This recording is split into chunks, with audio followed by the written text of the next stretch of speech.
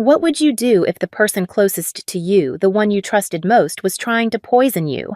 Serafina sat at the family brunch table, pretending to take a sip of coffee, but her stomach churned. Her husband, Jasper, and sister-in-law, Nah, had always made her feel uneasy, but today felt different. As she observed their subtle exchanges, the truth began to dawn on her. They weren't just trying to hurt her emotionally, they were trying to take her out of the picture completely. Stay tuned to find out what happens next, and don't forget to subscribe for more shocking stories. Don't you want to try the coffee I made especially for you, honey? My husband, Jasper, asked with a strange smile, one that didn't quite reach his eyes. I sat at my sister-in-law Gwendolyn's elegant dining table in her Nashville home, surrounded by the warm ambiance of our monthly family brunch. But today, something felt off. The coffee cup in front of me emitted a peculiar, almost metallic scent, and my stomach churned in response. My name is Serafina, and at 29, I never imagined I'd be wondering whether my own husband was trying to poison me. But after 3 years of marriage and far too many instances of accidental food poisoning, I'd learned to be cautious, especially around Na. She had a knack for orchestrating situations that left me sick or humiliated, always with that same innocent smile Jasper wore now. "How thoughtful of you," I replied, forcing a smile while my mind raced. The aroma from the cup was unlike any coffee I'd ever encountered. It brought back memories of the time last month when I had ended up in urgent care after drinking tea at Gwendolyn's house. The doctors couldn't explain the symptoms, but Na had insisted that she made the tea the same way she always did, just like she made her own. Na sat across from me, stirring her untouched coffee, eyes fixed on me with a knowing look. "Jasper's become quite the barista lately," she said with a smirk. "He's been practicing different brewing methods just for you." The way she emphasized "for you" sent a cold shiver down my spine. Lately, Jasper had been spending more time at Gwendolyn's house, claiming they were planning a surprise for our upcoming anniversary. But something felt wrong. The whispered conversations that stopped when I entered the room, the strange texts I'd glimpsed on his phone, and now, this coffee with its unsettling scent. I lifted the cup, pretending to take a sip while studying their expressions. Jasper and Na exchanged a quick, subtle glance that confirmed what I feared.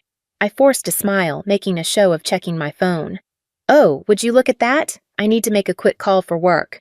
"Na, would you mind if I use your study?" As I walked past Gwendolyn's place setting, I deliberately stumbled, quickly switching our coffee cups in the chaos of steadying myself. "I'm so sorry," I exclaimed, feigning embarrassment. "I'm such a klutz sometimes." Gwendolyn waved it off with a tight smile. "Just try not to break anything in the study." I nodded, my heart pounding, and quickly hurried away. Through the doorway of the study, I could still see them sitting at the table, but now I had a moment to watch. From the study doorway, I watched Na lift the coffee cup to her lips. My stomach clenched with a wave of anxiety. Part of me wanted to scream, to stop her, to warn her, but I needed to know the truth. Too many nights spent in emergency rooms, too many hours doubled over in pain, always after sharing meals with them. It hadn't always been like this. When I first met Jasper at a friend's wedding in Nashville 3 years ago, he was charming, attentive, everything I'd dreamed of in a partner. Na seemed welcoming too, inviting me to family gatherings and offering to help plan our wedding. But looking back, I should have seen the red flags. The way she always managed to spill something on my dress at important events. The strange seasoning in the dishes she helped prepare. The incidents started small. A little upset stomach here, a mild allergic reaction there. Jasper always had an excuse ready. "Maybe it was something you ate earlier. You must be coming down with something." But the pattern had become clear. The worst was 2 months ago, when I ended up hospitalized after eating breakfast at their house. The doctors found traces of something in my system they couldn't identify, but Jasper convinced everyone I must have taken some expired medication. I gripped the doorframe, watching as Na took another sip of the coffee. Jasper was typing on his phone, seemingly unconcerned. My own untouched cup sat cold on the table where I'd left it, the metallic smell still lingering in my nose, making me shudder. A slight tremor in Gwendolyn's hand caught my attention. She set down the cup, her face suddenly pale. Jasper, she said, her voice shaking. Something's wrong. Jasper looked up, his expression changing from confusion to horror as he realized which cup she was drinking from. He jumped up, knocking over his chair. Nah, what's happening? Na's hands were trembling violently now. I don't feel... She tried to stand, but stumbled, grabbing the edge of the table for support. Jasper, what did you put in that coffee? I stepped out of the study, my phone already recording. Jasper was beside Na now, his face ashen. That wasn't supposed to be your cup, he whispered, but in the silence of the dining room, his words carried clearly. Gwendolyn's eyes widened with realization and fear. Call an ambulance, she gasped, sliding to the floor. Please, I can't. I dialed 911 immediately, my hands steady despite the chaos unfolding before me. Na was on the floor now, her body racked with violent tremors. Jasper knelt beside her, panic written across his face as he realized their plan had backfired spectacularly. Emergency services, yes, we need an ambulance at 1542 Maple Grove Drive, I said clearly, keeping my phone recording with my other hand. My sister-in-law appears to be having a severe reaction to something in her coffee. She's conscious but experiencing tremors. As I spoke to the dispatcher, Gwendolyn's eyes locked onto mine. The usual cold calculation in her gaze was replaced by raw fear. Serafina, she gasped. You switched. You knew. Ma'am, the ambulance is on its way, the dispatcher assured me. Please stay on the line. Jasper was growing more frantic by the second. Nah, what's happening? That wasn't supposed to, it wasn't meant for... Shut up, Jasper! Na snapped through gritted teeth, her anger momentarily overcoming her distress. This is all your fault. You said it would just make her sick enough to miss the board meeting next week.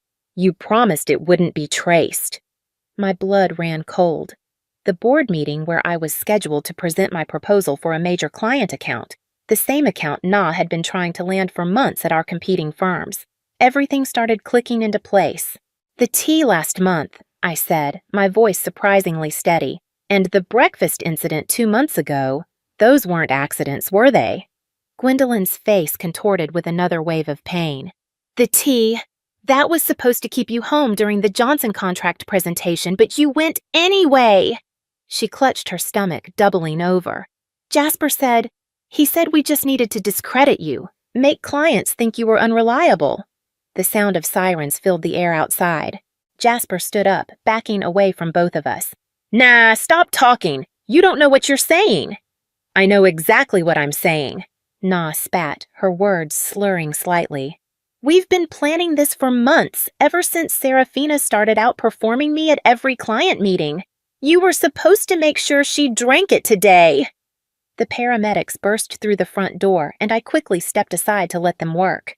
As they loaded Gwendolyn onto a stretcher, I stopped recording and sent the video to my private email, then to my lawyer. Jasper stood frozen, watching as his carefully constructed plan crumbled around him. I'll ride with her to the hospital, I told the paramedics, my voice firm. After all, I need to make sure my sister-in-law gets the proper treatment.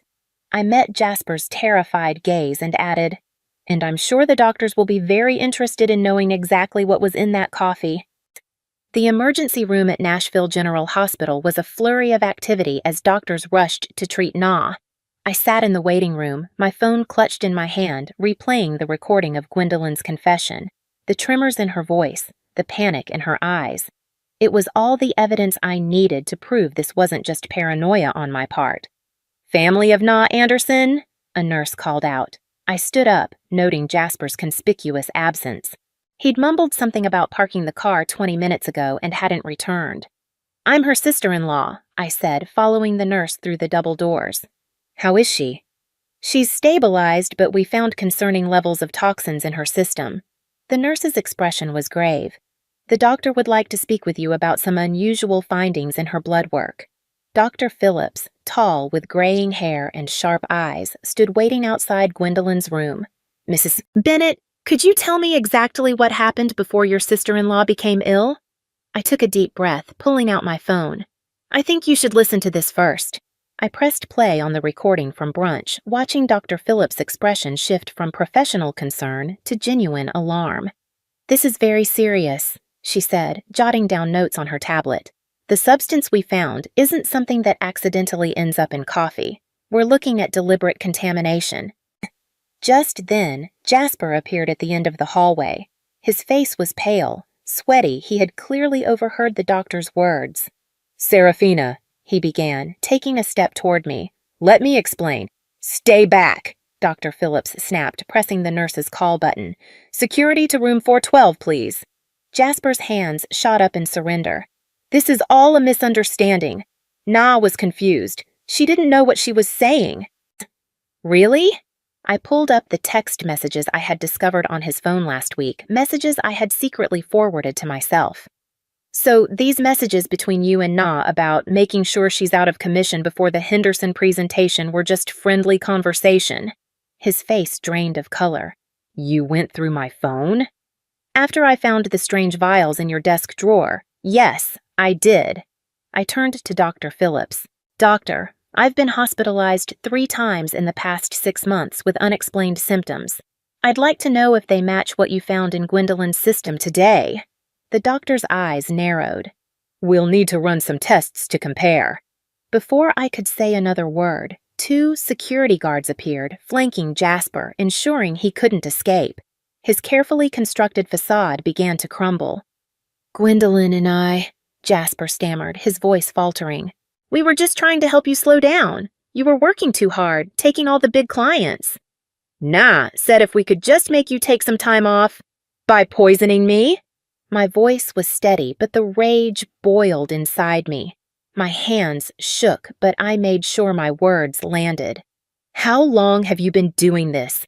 Was it you who tampered with my food at the Christmas party, too?" Jasper's silence spoke volumes. His face was a pale mask of guilt, and behind him I could see Gwendolyn's room. She lay hooked up to monitors, the earlier bravado wiped from her face, replaced by fear, the unmistakable fear of someone who knew their lies had finally caught up with them.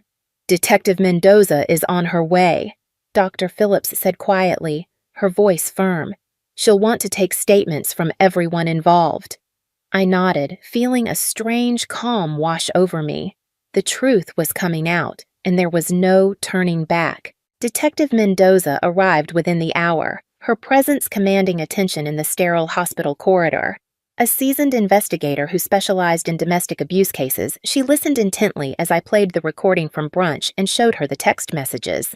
"Mrs. Bennett," she said, reviewing her notes, "you mentioned previous hospitalizations. Can you tell me more about those incidents?" I pulled out my phone again, opening a document I'd been meticulously maintaining for months. "The first time was in February, after a dinner at Gwendolyn's house. I had severe stomach pains and dizziness. The second was in April, the tea incident, and then in June, after breakfast with them." My voice remained steady as I continued.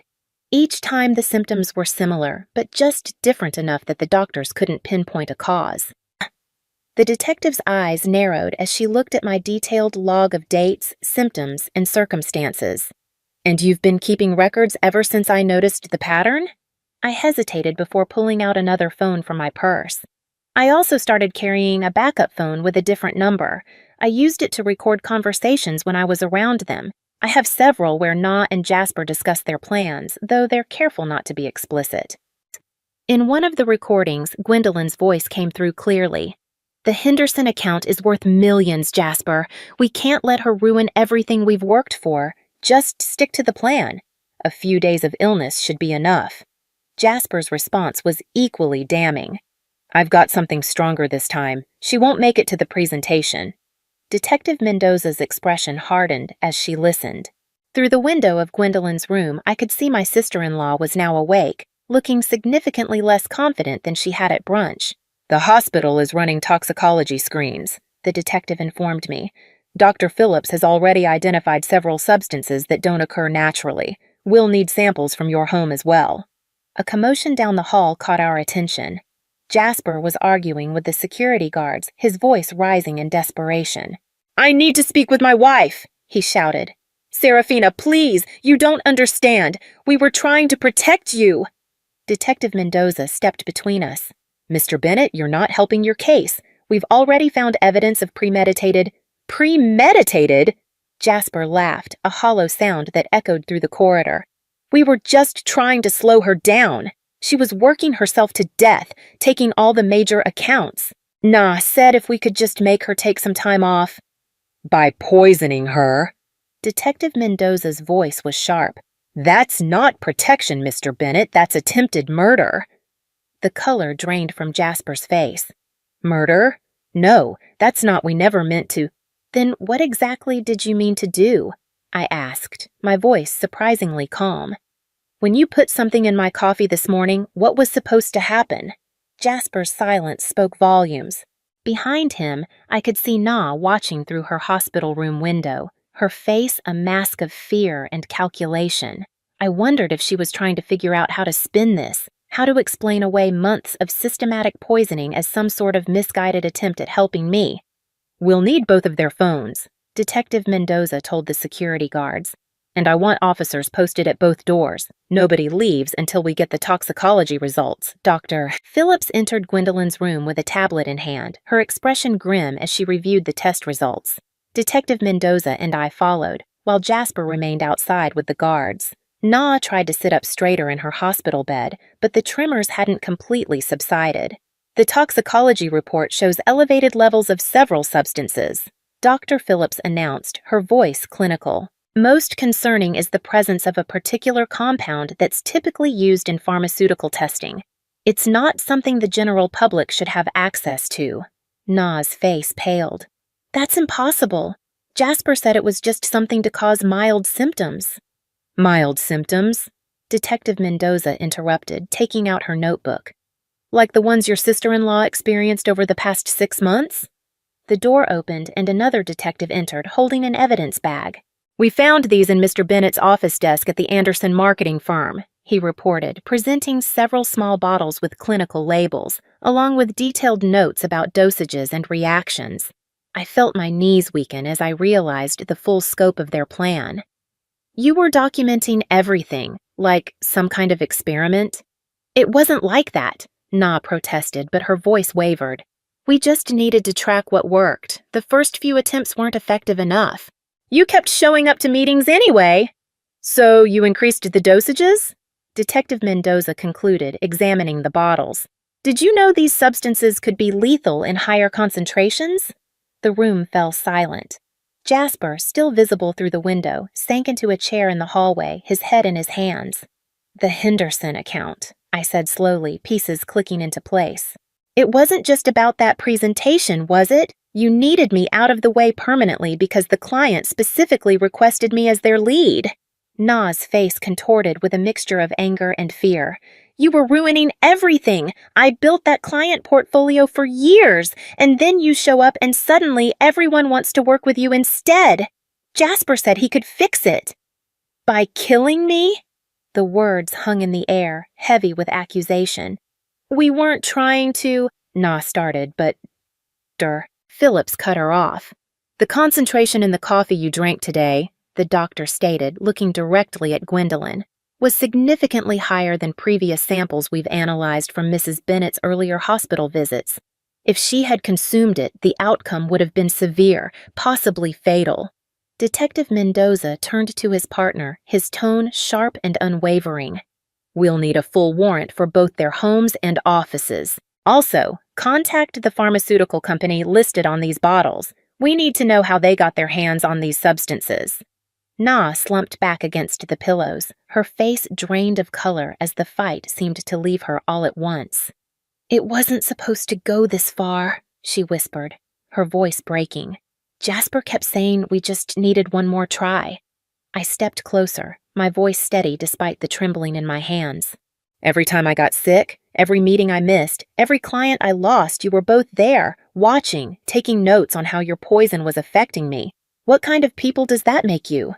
The silence that followed was deafening.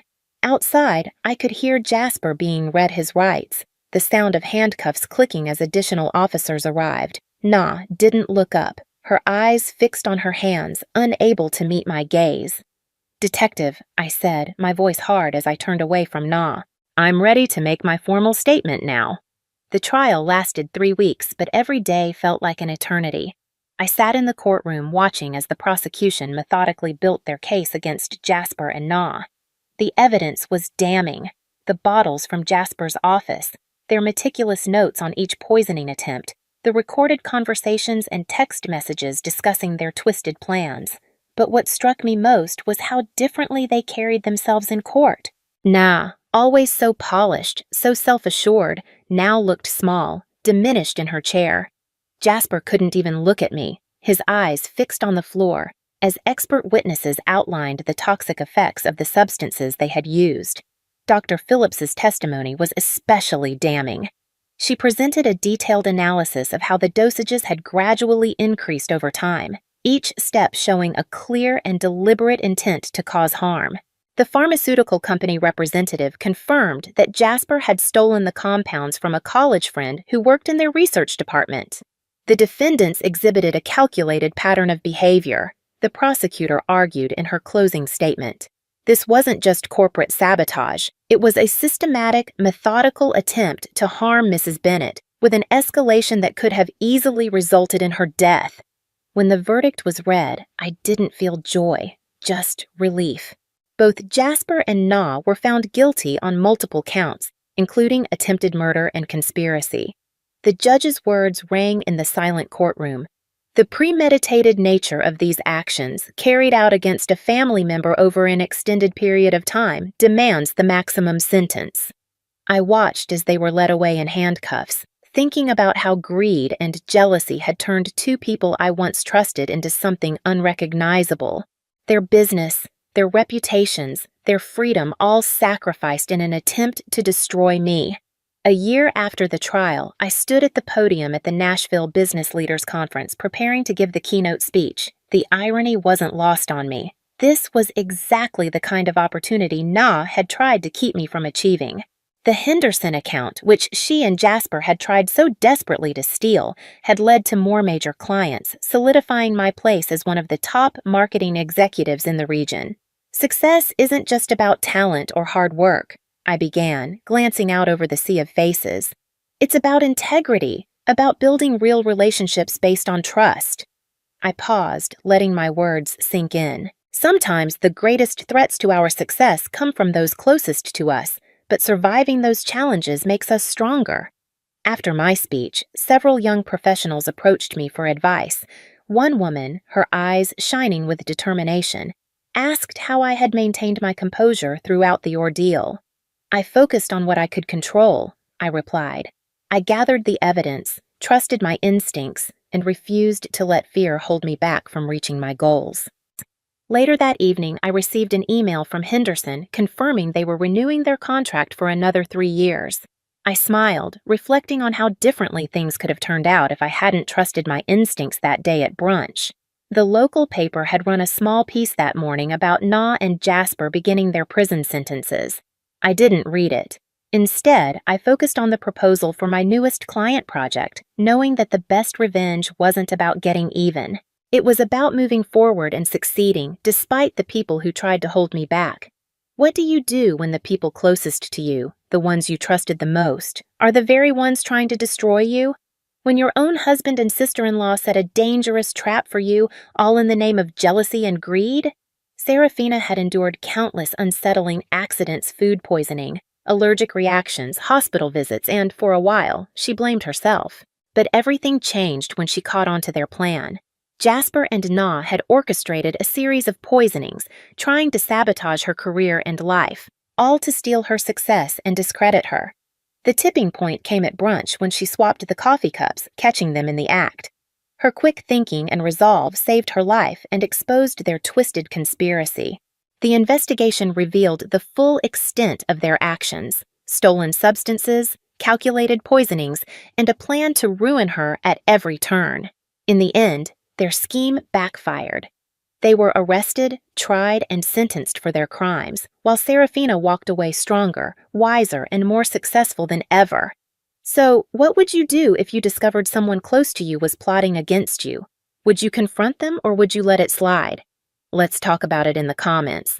And if you want more stories of resilience and triumph, make sure to like, subscribe, and stay tuned for more.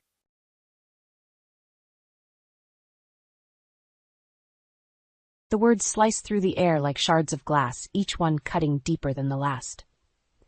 I stood frozen in the living room, my hands trembling as I gripped the edge of the coffee table for support.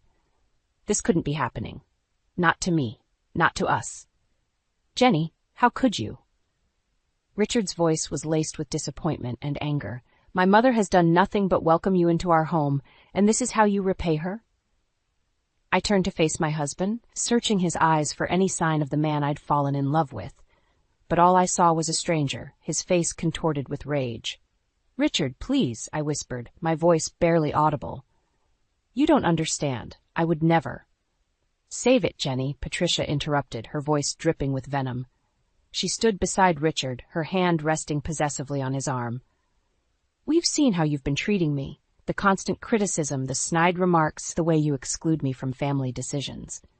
I shook my head vehemently, struggling to find the words to defend myself. That's not true. Patricia, you know that's not true. Richard stepped forward, his jaw clenched. I've seen it with my own eyes, Jenny. The way you roll your eyes when Mom speaks, how you conveniently forget to include her in our plans. It stops now. My mind raced, trying to make sense of their accusations. How had everything gone so wrong? Just yesterday, we were laughing over dinner, sharing stories, and making plans for the future. And now, I don't understand, I said, my voice cracking. Richard, we've always been honest with each other. You know me. You know I would never intentionally hurt anyone, especially your mother. Patricia let out a dramatic sigh. Oh, spare us the innocent act, Jenny. We're not blind. You've been trying to drive a wedge between Richard and me since day one. I turned to Richard, desperation clawing at my chest. Honey, please, you have to believe me. I love you. I love our family. Why would I do anything to jeopardize that? For a moment, I saw a flicker of doubt in Richard's eyes, but it vanished as quickly as it appeared, replaced by a steely resolve. I'm sorry, Jenny, but I can't ignore what I've seen. Mom's right. This has to stop.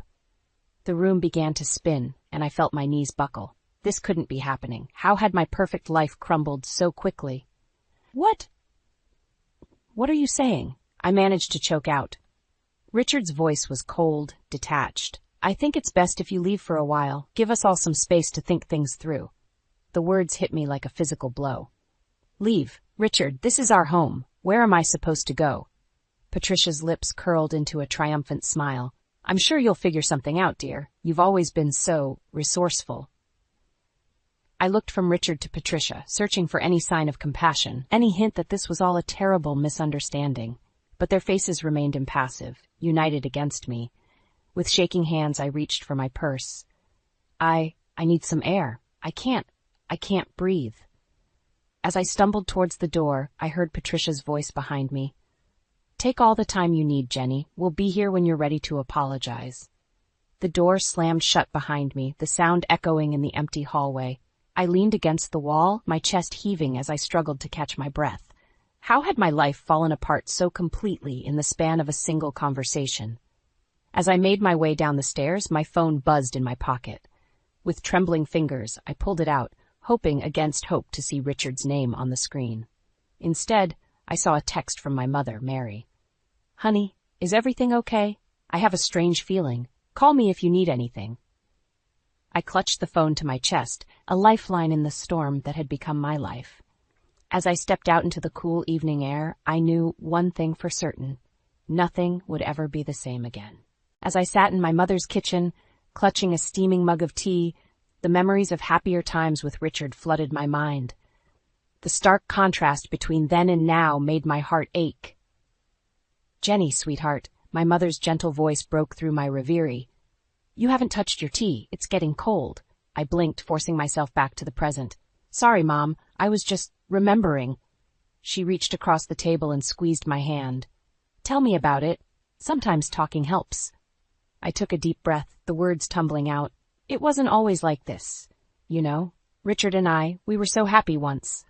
I closed my eyes, transported back to our wedding day. The way Richard looked at me as I walked down the aisle, his eyes shining with love and promise. Our first dance, his arms strong and sure around me as we swayed to our favorite song. We were unstoppable, I said, a wistful smile tugging at my lips. Remember how we'd stay up all night, talking about our dreams? the house we'd build, the family we'd have.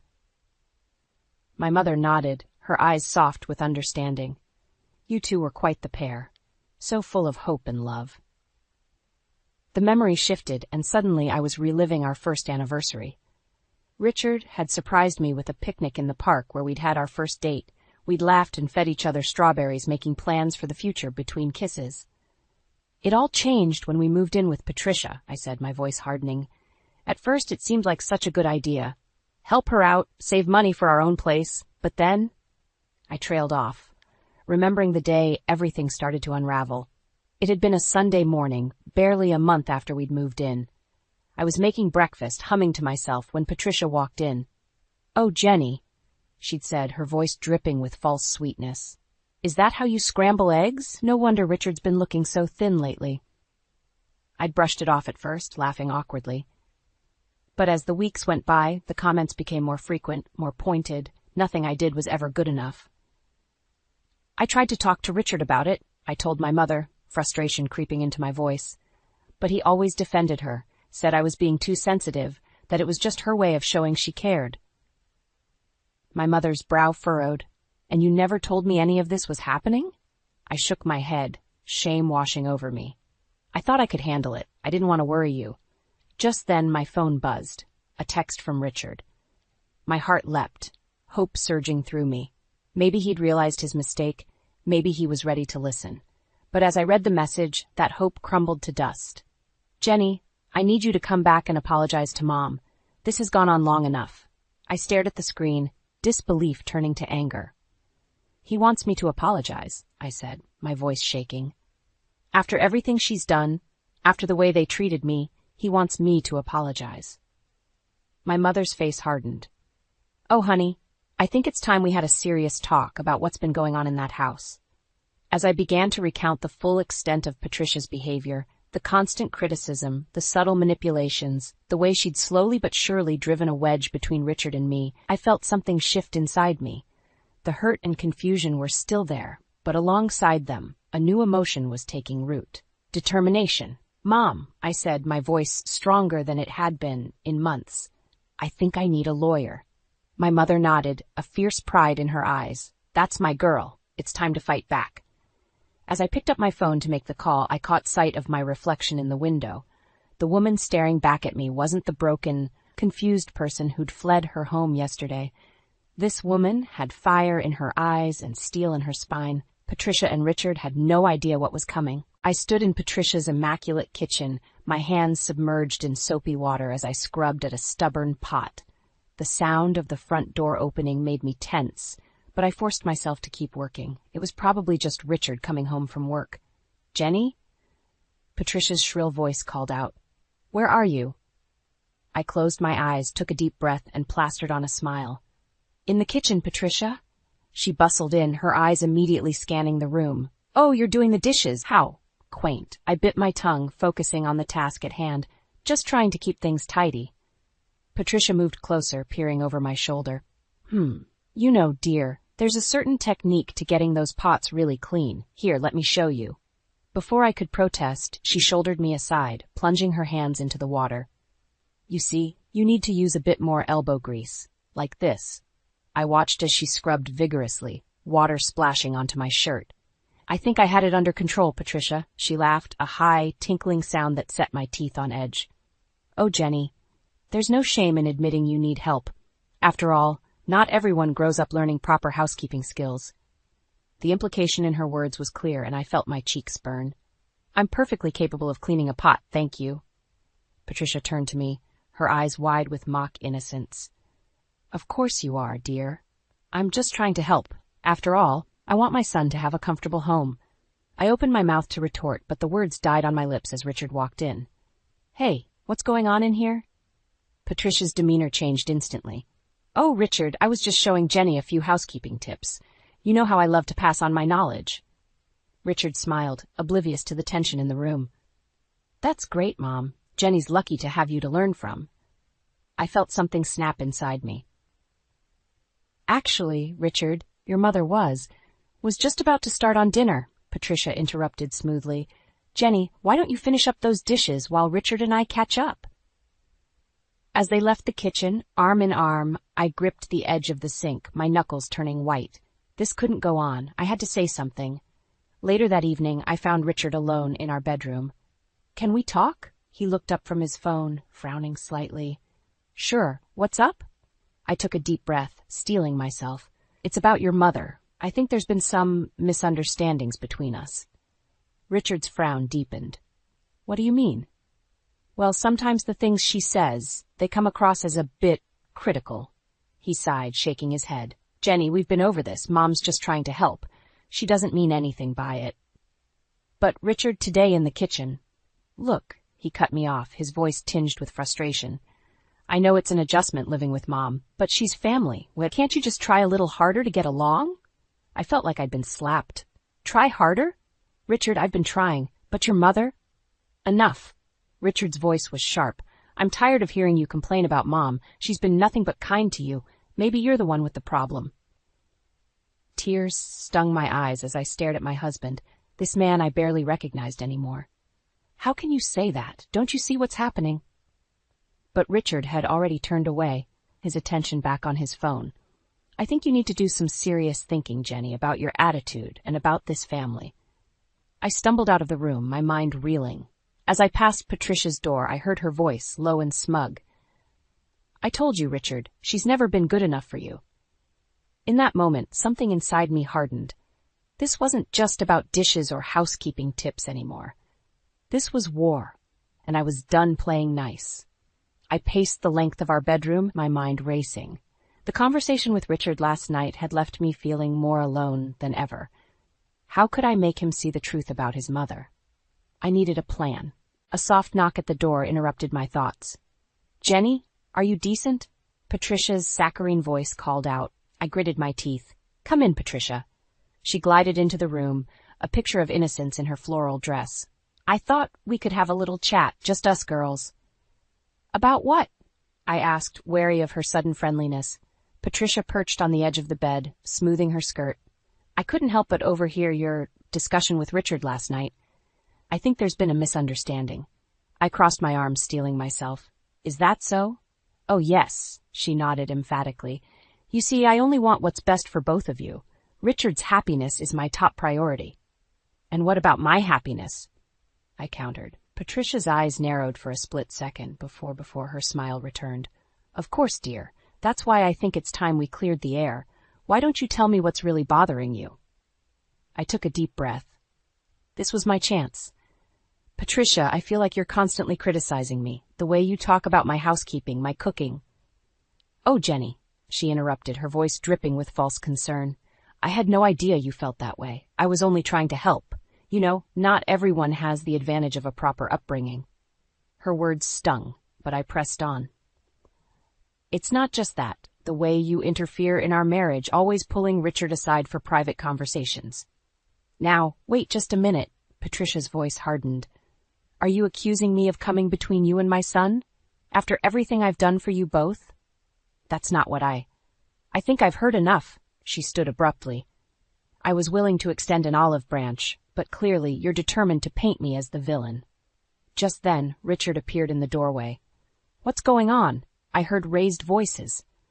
Patricia's demeanor changed instantly, her eyes welling with tears.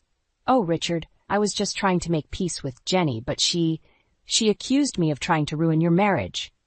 Richard's face darkened as he turned to me. "Is this true, Jenny?" I felt trapped, cornered by their united front. "No, I mean yes, but not like that. I was trying to explain how I felt." "How you felt?" Richard's voice rose. "How about how my mother feels being attacked in her own home?" "Richard, please," I pleaded. "Just listen to me for once. Your mother—" "That's enough!" he roared. "I've had it with your constant complaints about Mom. She's bent over backward to welcome you into this family, and this is how you repay her." Patricia sniffled dramatically. "It's all right, Richard. I'm sure Jenny didn't mean—" "No, Mom," Richard cut her off. "This has gone on long enough." He turned to me, his eyes cold. "Jenny, I think you need to leave. Now." The world seemed to tilt on its axis. "What? Richard, you can't be serious." "I've never been more serious," he said, his voice flat. "Pack a bag. I want you out of this house in an hour." As he stormed out, Patricia lingered in the doorway. For a moment her mask slipped, and I saw the triumph in her eyes. "I told you, Jenny. A mother always knows best." With shaking hands, I began to throw clothes into a suitcase. This couldn't be happening. How had everything fallen apart so quickly? As I zipped up the bag, my eyes fell on a framed photo of Richard and me on our wedding day. The happiness in our faces seemed to mock me now. I picked up the frame, my finger tracing Richard's smile. In that moment, I made a decision. This wasn't over. I wouldn't let Patricia win. Somehow, someway, I would fight back and reclaim my life, my marriage, and my dignity. With one last look around the room that had been my sanctuary, I squared my shoulders and walked out, leaving behind the broken pieces of my old life and stepping into an uncertain future. The fluorescent lights of the supermarket buzzed overhead as I wandered aimlessly through the aisles. These brief escapes had become my lifeline, a temporary reprieve from the suffocating atmosphere at home. I lingered in front of the cereal display, not really seeing the colorful boxes, lost in my thoughts. "Jenny, is that you?" I turned to see Sarah, an old friend from college. Her warm smile faltered as she took in my appearance. "Are you okay? You look terrible." I supplied with a weak laugh. "It's been a rough few weeks." Sarah's brow furrowed with concern. "Do you want to grab a coffee? You look like you could use someone to talk to." 20 minutes later, we were seated in a quiet corner of the cafe next door. As I poured out the whole sordid story, Sarah's expression shifted from shock to anger. "Jenny, this is abuse," she said firmly. "What Patricia's doing, how Richard's enabling her. It's not okay." I shook my head, tears pricking at my eyes. "But what can I do? Richard won't listen to me. He thinks I'm the problem." Sarah reached across the table, squeezing my hand. "You need to get out of there, Jen. This isn't healthy for you." But where would I go? The thought of leaving, of giving up on my marriage, made my chest tighten. "You could stay with me for a while," Sarah offered, "just until you figure things out." As tempting as the offer was, the thought of leaving felt like admitting defeat. "I can't just give up," I said softly. "I love Richard. We built a life together." Sarah's eyes softened with understanding. "I know you do, but sometimes love isn't enough, especially when it's one-sided." Our conversation was interrupted by my phone buzzing. A text from Richard. "Where are you? Mom's waiting to start dinner."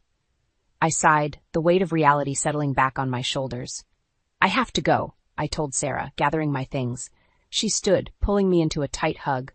"Promise me you'll think about what I said, and call me anytime, day or night, if you need anything."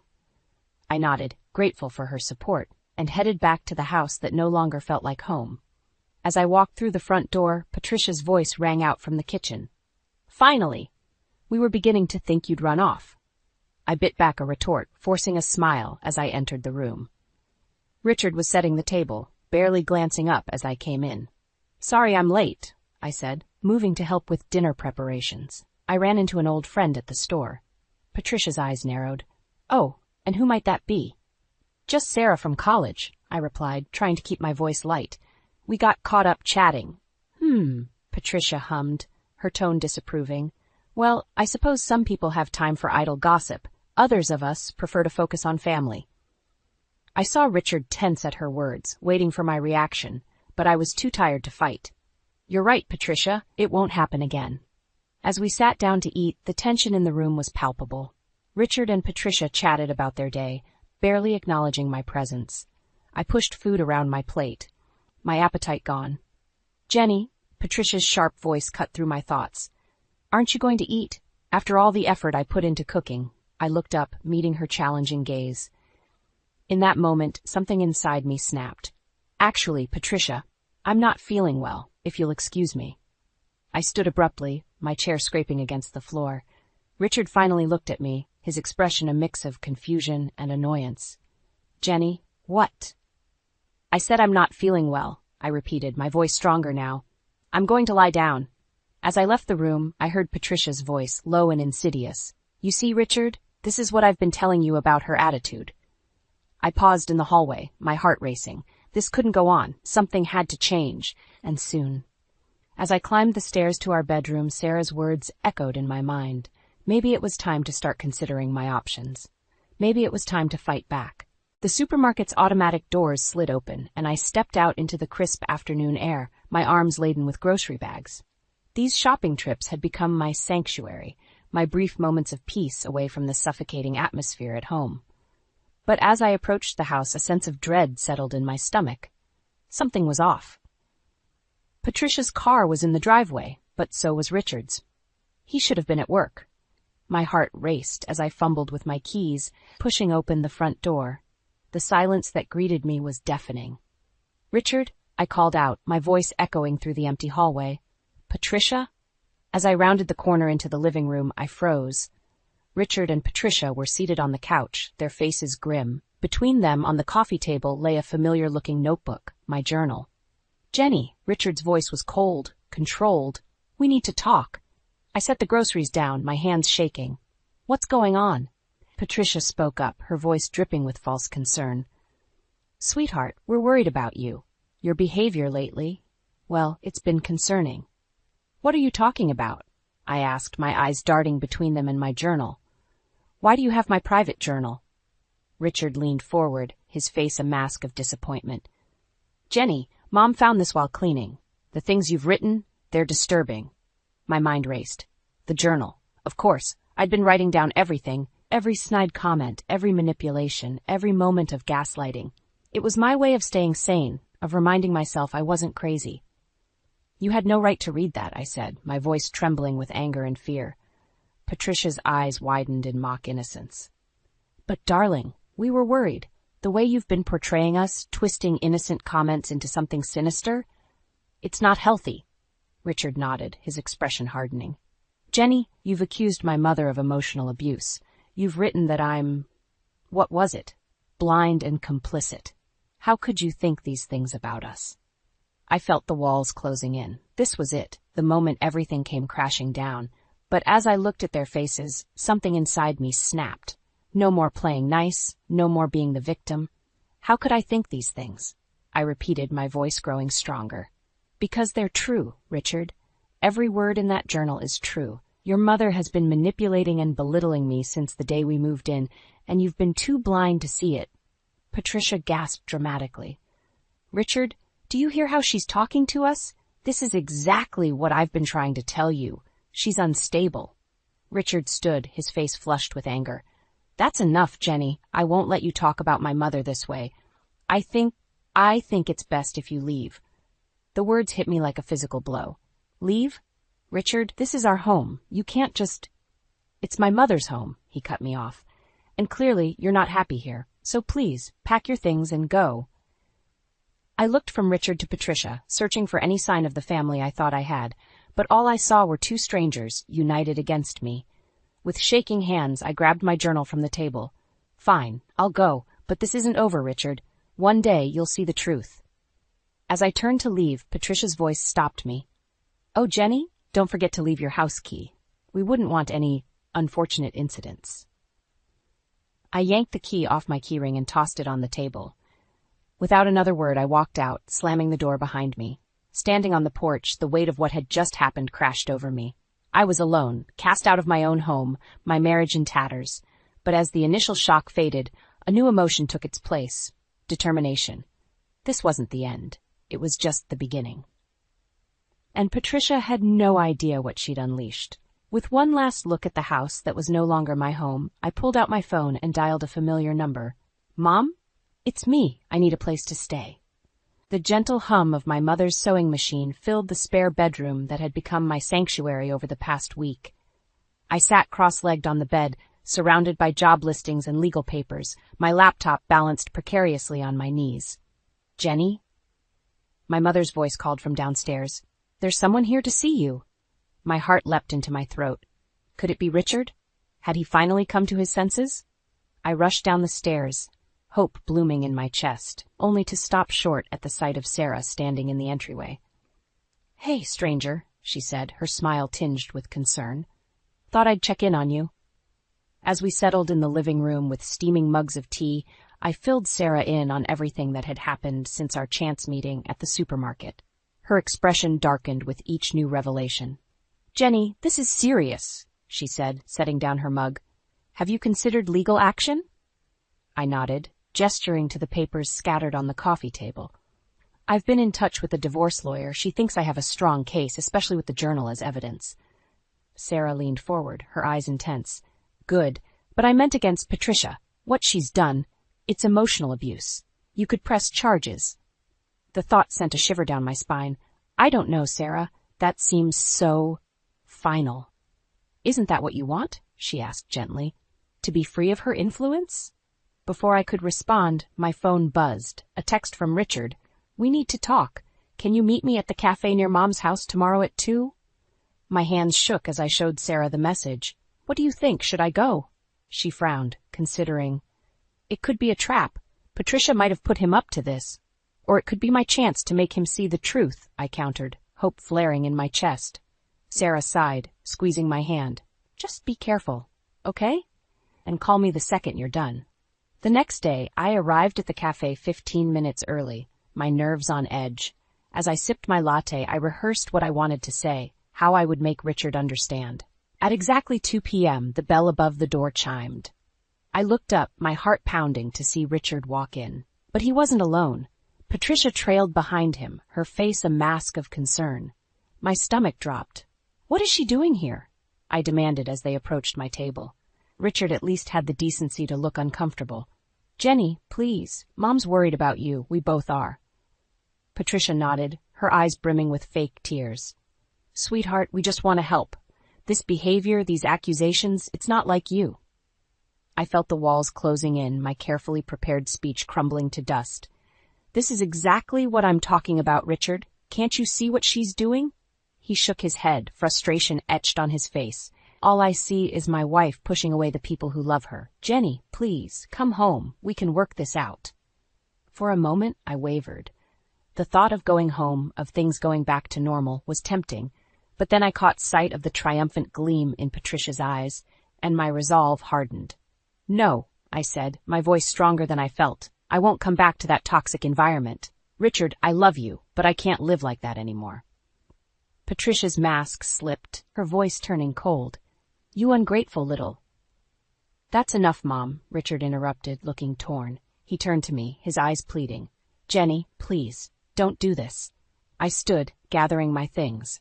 I'm sorry, Richard, but I've made my decision. You'll be hearing from my lawyer.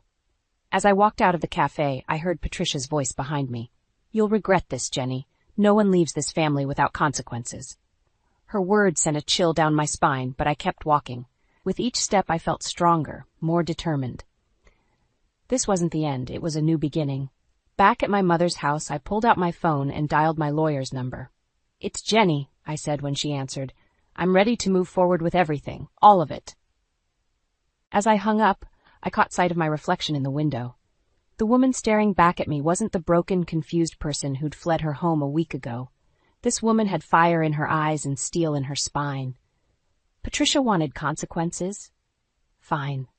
She was about to learn that I could give as good as I got.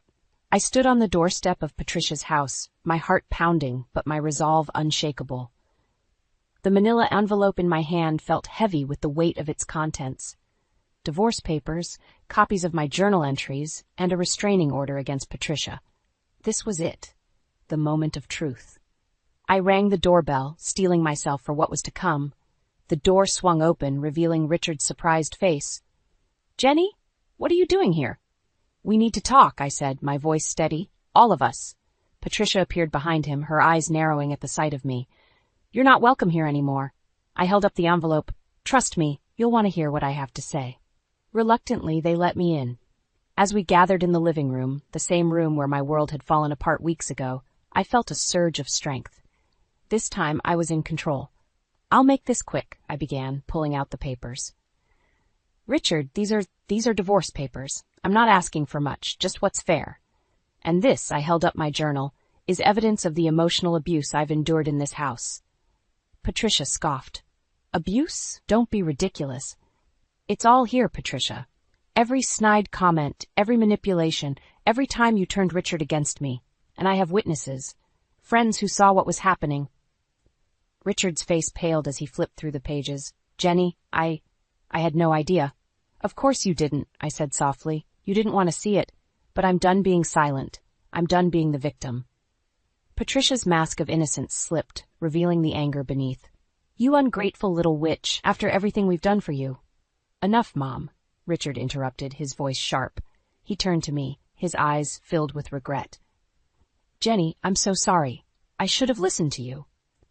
For a moment, I felt a flicker of the love we once shared, but I knew it was too late. I'm sorry too, Richard, but this is how it has to be. I turned to Patricia, meeting her glare with a calm gaze. And this is for you, a restraining order. You're to have no contact with me, directly or through others. Patricia's face contorted with rage. You can't do this! Richard, tell her she can't do this! But Richard remained silent, still staring at the journal in his hands. I took a deep breath, feeling the weight of the past months lifting from my shoulders. It's done, Patricia. You no longer have any power over me. As I turned to leave, Richard called out. Jenny, wait. Is there any chance we could work this out? I paused at the door, looking back at the man I once thought I'd spend my life with. I'm sorry, Richard, but some things can't be undone. I hope one day you'll understand why I had to do this. With that, I walked out, closing the door on that chapter of my life. As I stepped into the sunlight, I felt a sense of freedom I hadn't experienced in years. My phone buzzed. A text from Sarah. How did it go? Are you okay? I smiled, typing back. It's done. I'm more than okay. I'm free. As I drove away, I caught sight of my reflection in the rearview mirror. The woman looking back at me was stronger, wiser, and more resilient than I'd ever been. Patricia had tried to break me, but instead, she'd forged me into something unbreakable. I thought about the future stretching out before me. Uncertain, yes, but full of possibilities. I had my freedom, my self-respect, and a support system of friends and family who truly loved me. For the first time in months, I laughed out loud, joy bubbling up from deep within. This wasn't an ending. It was a beginning, my beginning, and I couldn't wait to see what came next. As I pulled into my mother's driveway, I saw her waiting on the porch, concern etched on her face. I stepped out of the car, envelope in hand, and gave her a triumphant smile. It's over, Mom, I said, feeling lighter than air. I did it. She pulled me into a fierce hug, and I felt the last of my doubts melt away. I was home, I was loved, and I was finally truly free. The road ahead might be challenging, but I was ready. Because now I knew the truth. I was stronger than any storm life could throw my way, and that knowledge, that was worth everything I'd been through.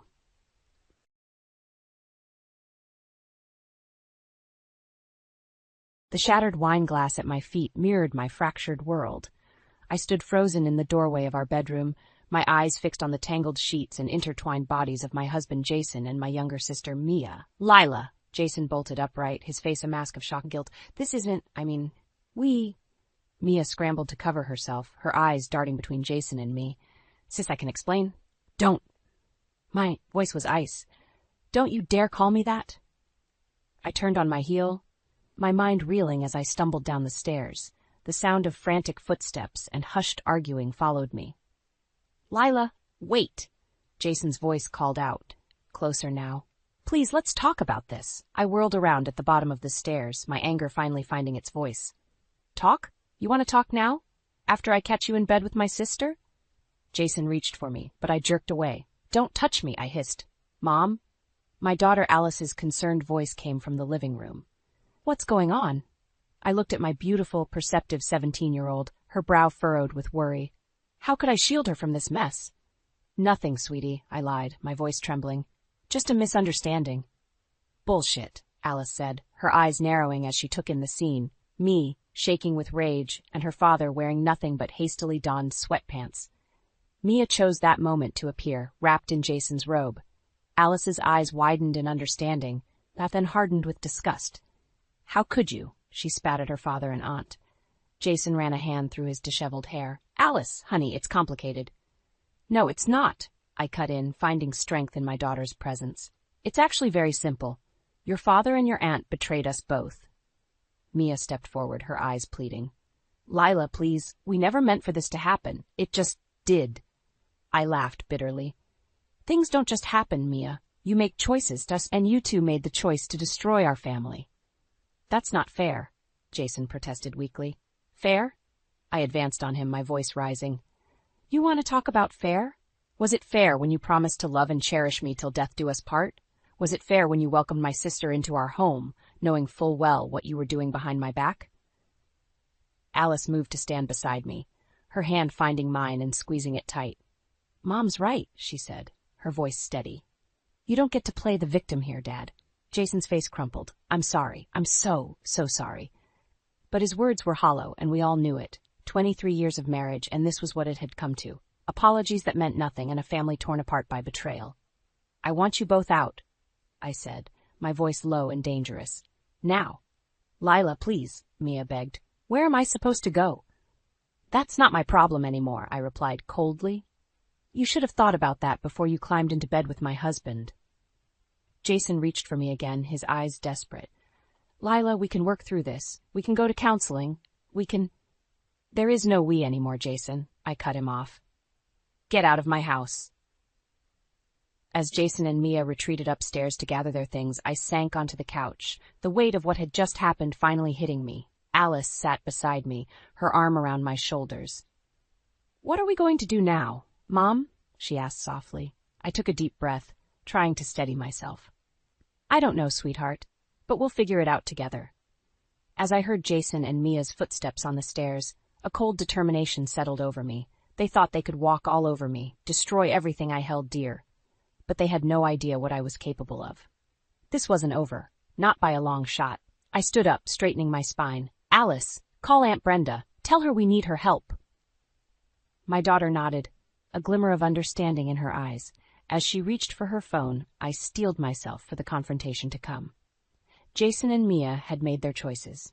Now it was time for me to make mine. I clutched the faded photograph, my fingers tracing the outlines of our younger selves. Jason and I, barely in our 20s, grinning at the camera with our whole lives ahead of us.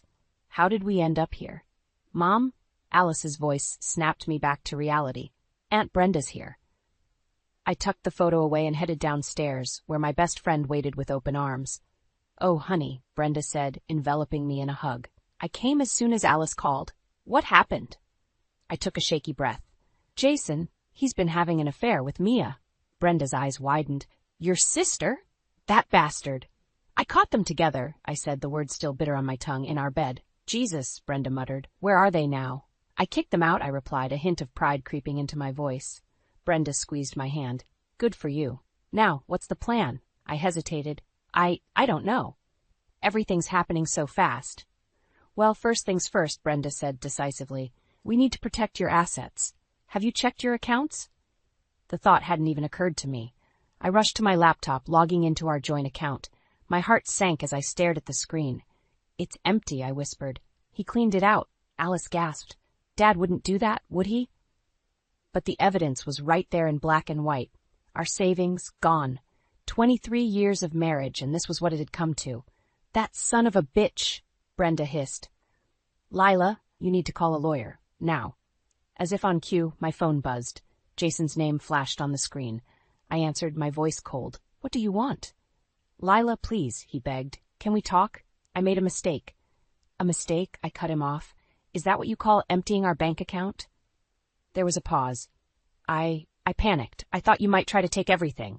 I laughed bitterly. So you decided to beat me to it? How noble of you, Jason. It's not like that, he protested. I love you, Lila. We can work this out. Love? The word tasted like ash in my mouth. If this is your idea of love, I want no part of it. I hung up, my hand shaking.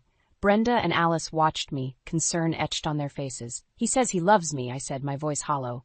After everything he's done. Brenda snorted. Men, they think I love you is some magic phrase that fixes everything. Alice sat beside me, her young face serious. Mom, what are we going to do about money? Reality crashed down on me. With our savings gone and my part-time job at the library, how would we manage? We'll figure it out, I said, trying to sound more confident than I felt. I'll pick up extra shifts, maybe look for a better-paying job. I can get a job too, Alice offered, to help out. My heart swelled with love for my daughter. No, sweetheart, you focus on school. I'll handle this. Brenda cleared her throat. Actually, I might have a solution. My company's looking for a new office manager. The pay's good, and I could put in a good word for you. Hope flickered in my chest. Really, Brenda, that would be amazing. It's the least I can do, she said, squeezing my hand. We'll get through this together. As we started discussing the details, my phone buzzed again. This time it was Mia. "Lila, please," she sobbed. "I'm so sorry. Can we talk?" I stared at the phone, torn between anger and the instinct to comfort my little sister. But the image of her in bed with Jason flashed through my mind, and I made my decision. "There's nothing to talk about," I said coldly, and hung up. I turned back to Brenda and Alice, my resolve strengthening. "Okay," I said, squaring my shoulders. "Let's figure out our next move." As we huddled around the kitchen table plotting our strategy, I felt a spark of something I hadn't experienced in years. Hope.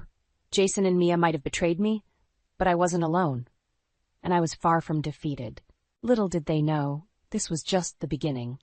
They'd soon learn that hell hath no fury like a woman scorned, especially when that woman has a brilliant daughter and a fiercely loyal best friend by her side. The interview at Brenda's company went better than I dared hope. As I walked out of the office building, a weight lifted off my shoulders. For the first time in days, I felt a glimmer of optimism. My phone buzzed. Alice's name flashed on the screen. "Mom, you need to come home. Now." Her voice was tight with tension. "What's wrong?" I asked, my heart racing. "It's Dad and Aunt Mia. They're here." I clenched my fist. "I'm on my way." The drive home was a blur. I burst through the front door to find Jason and Mia sitting in our living room, Alice glaring at them from across the coffee table. "What the hell are you doing here?" I demanded. Jason stood up, his hands raised in a placating gesture. "Lila, please, we just want to talk." "There's nothing to talk about," I snapped. "I told you both to stay away." Mia's eyes were red-rimmed. "Sis, please, we made a terrible mistake, but—" "Don't call me that," I cut her off. "You lost the right to call me sis when you slept with my husband." Alice moved to stand beside me, her presence a comforting anchor. "Mom's right, you both need to leave." Jason's face hardened. "Alice, this is between your mother and me. You don't understand." "I understand perfectly." Alice shot back. "I understand that you betrayed Mom, that you stole her money, and that you're trying to weasel your way back in." I felt a surge of pride for my daughter's fierce loyalty. "It's not that simple," Mia pleaded. "Jason and we have feelings for each other." The words hit me like a physical blow. "Feelings? You expect me to care about your feelings?" Jason reached for me. "Lila, we never meant to hurt you. It just happened." I recoiled from his touch. "Things don't just happen, Jason. You made choices. Now you have to live with the consequences." "What about our family?" he asked, desperation creeping into his voice. "What about everything we've built together?" "You should have thought about that before you destroyed it all," I replied coldly. Mia stood up, tears streaming down her face. "Lila, please, you're my sister. We've always been there for each other. Can't we find a way to work through this?" For a moment, I wavered. Memories of our childhood, of the times we'd supported each other through thick and thin, flashed through my mind. But then I remembered the sight of her in bed with Jason, and my resolve hardened. "No, Mia, we can't. You crossed a line that can't be uncrossed." Jason's face darkened. "Fine. If that's how you want to play it, we'll settle this in court. I'll fight for half of everything we own." I laughed bitterly. "Good luck with that. You already emptied our bank account, remember?" His eyes widened in surprise. "How did you?" "It doesn't matter," I cut him off. "What matters is that you've shown your true colors. Now get out of my house." As Jason and Mia reluctantly headed for the door, Alice called out, "Wait." We all turned to look at her. She held up her phone, a triumphant gleam in her eye. "I recorded everything you just said," she announced. "About your feelings for each other, about Dad stealing the money, all of it." Jason's face paled. "Alice, you can't." "I can, and I did," she replied firmly. "If you try to take Mom to court, if you try to claim a single penny more from her, this recording goes to your lawyer, and to Grandma and Grandpa." Mia gasped. "You wouldn't." Alice's gaze was steely. "Try me." As Jason and Mia slunk out, thoroughly defeated, I pulled Alice into a fierce hug. "I can't believe you did that," I whispered. She hugged me back just as tightly. "Nobody messes with my mom." As we stood there holding each other, I felt a surge of determination. Jason and Mia thought they could walk all over us, but they were wrong. We were stronger than they knew, and we were just getting started. I pulled back, looking into Alice's eyes. "We need to call Brenda," I said. "It's time to plan our next move." The manila envelope felt heavy in my hands as I sat at the kitchen table, my heart pounding. Brenda had come through, hiring a private investigator to dig into Jason and Mia's affair. Now, the truth lay before me, waiting to be unveiled. "Are you sure you want to do this, Mom?" Alice asked, her voice laced with concern. I nodded, my jaw set. "I need to know everything." With trembling fingers, I opened the envelope and spread its contents across the table. Photos, bank statements, and a detailed report stared back at me, each piece a dagger to my heart. The photos came first, Jason and Mia at a cozy restaurant, holding hands across the table. Another showed them entering a hotel, his arm wrapped possessively around her waist. But it was the timestamp on the images that made my blood run cold. "This one's from last year," I whispered, my voice barely audible. "They've been lying to me for over a year." Alice's hand found mine, squeezing it tight. "I'm so sorry, Mom." I forced myself to continue, flipping through bank statements that revealed a pattern of withdrawals and suspicious purchases. A diamond necklace I'd never received, weekend getaways I'd never been on. "He's been using our money to fund their affair," I said, anger rising in my chest. But it was the final page of the report that delivered the crushing blow. A copy of a lease agreement signed by both Jason and Mia for an apartment across town. They were planning to move in together, I realized, the words tasting like ash in my mouth. "They were going to leave us, Alice." My daughter's face hardened. "Then we'll beat them to it." As if on cue, my phone buzzed. A text from Jason. "We need to talk. Can I come over?" I showed Alice the message, my mind racing. What should I do? She straightened up, a determined glint in her eye. Let him come. It's time he faced the consequences of his actions. An hour later, Jason walked through the door, his face a mask of false contrition. "Lila," I cut him off, gesturing to the evidence spread across the table. "Save it, Jason. I know everything." His eyes widened as he took in the photos, the bank statements, the lease agreement. "How did you?" "It doesn't matter," I said, my voice steady despite the turmoil inside. "What matters is that you've been lying to me, to us, for over a year." Jason's shoulders slumped. "I never meant for it to go this far. Mia and we just connected, and—" "Stop!" I held up a hand. "I don't want to hear your excuses. What I want to know is why you're really here." He hesitated, then reached into his pocket and pulled out a folded document. "My lawyer drew up divorce papers. I thought maybe we could handle this amicably."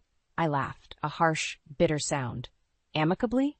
After you emptied our bank account? After you used our money to wine and dine my sister?" "Mom," Alice interjected, her voice tight with anger. "Show him." I nodded, sliding the lease agreement across the table.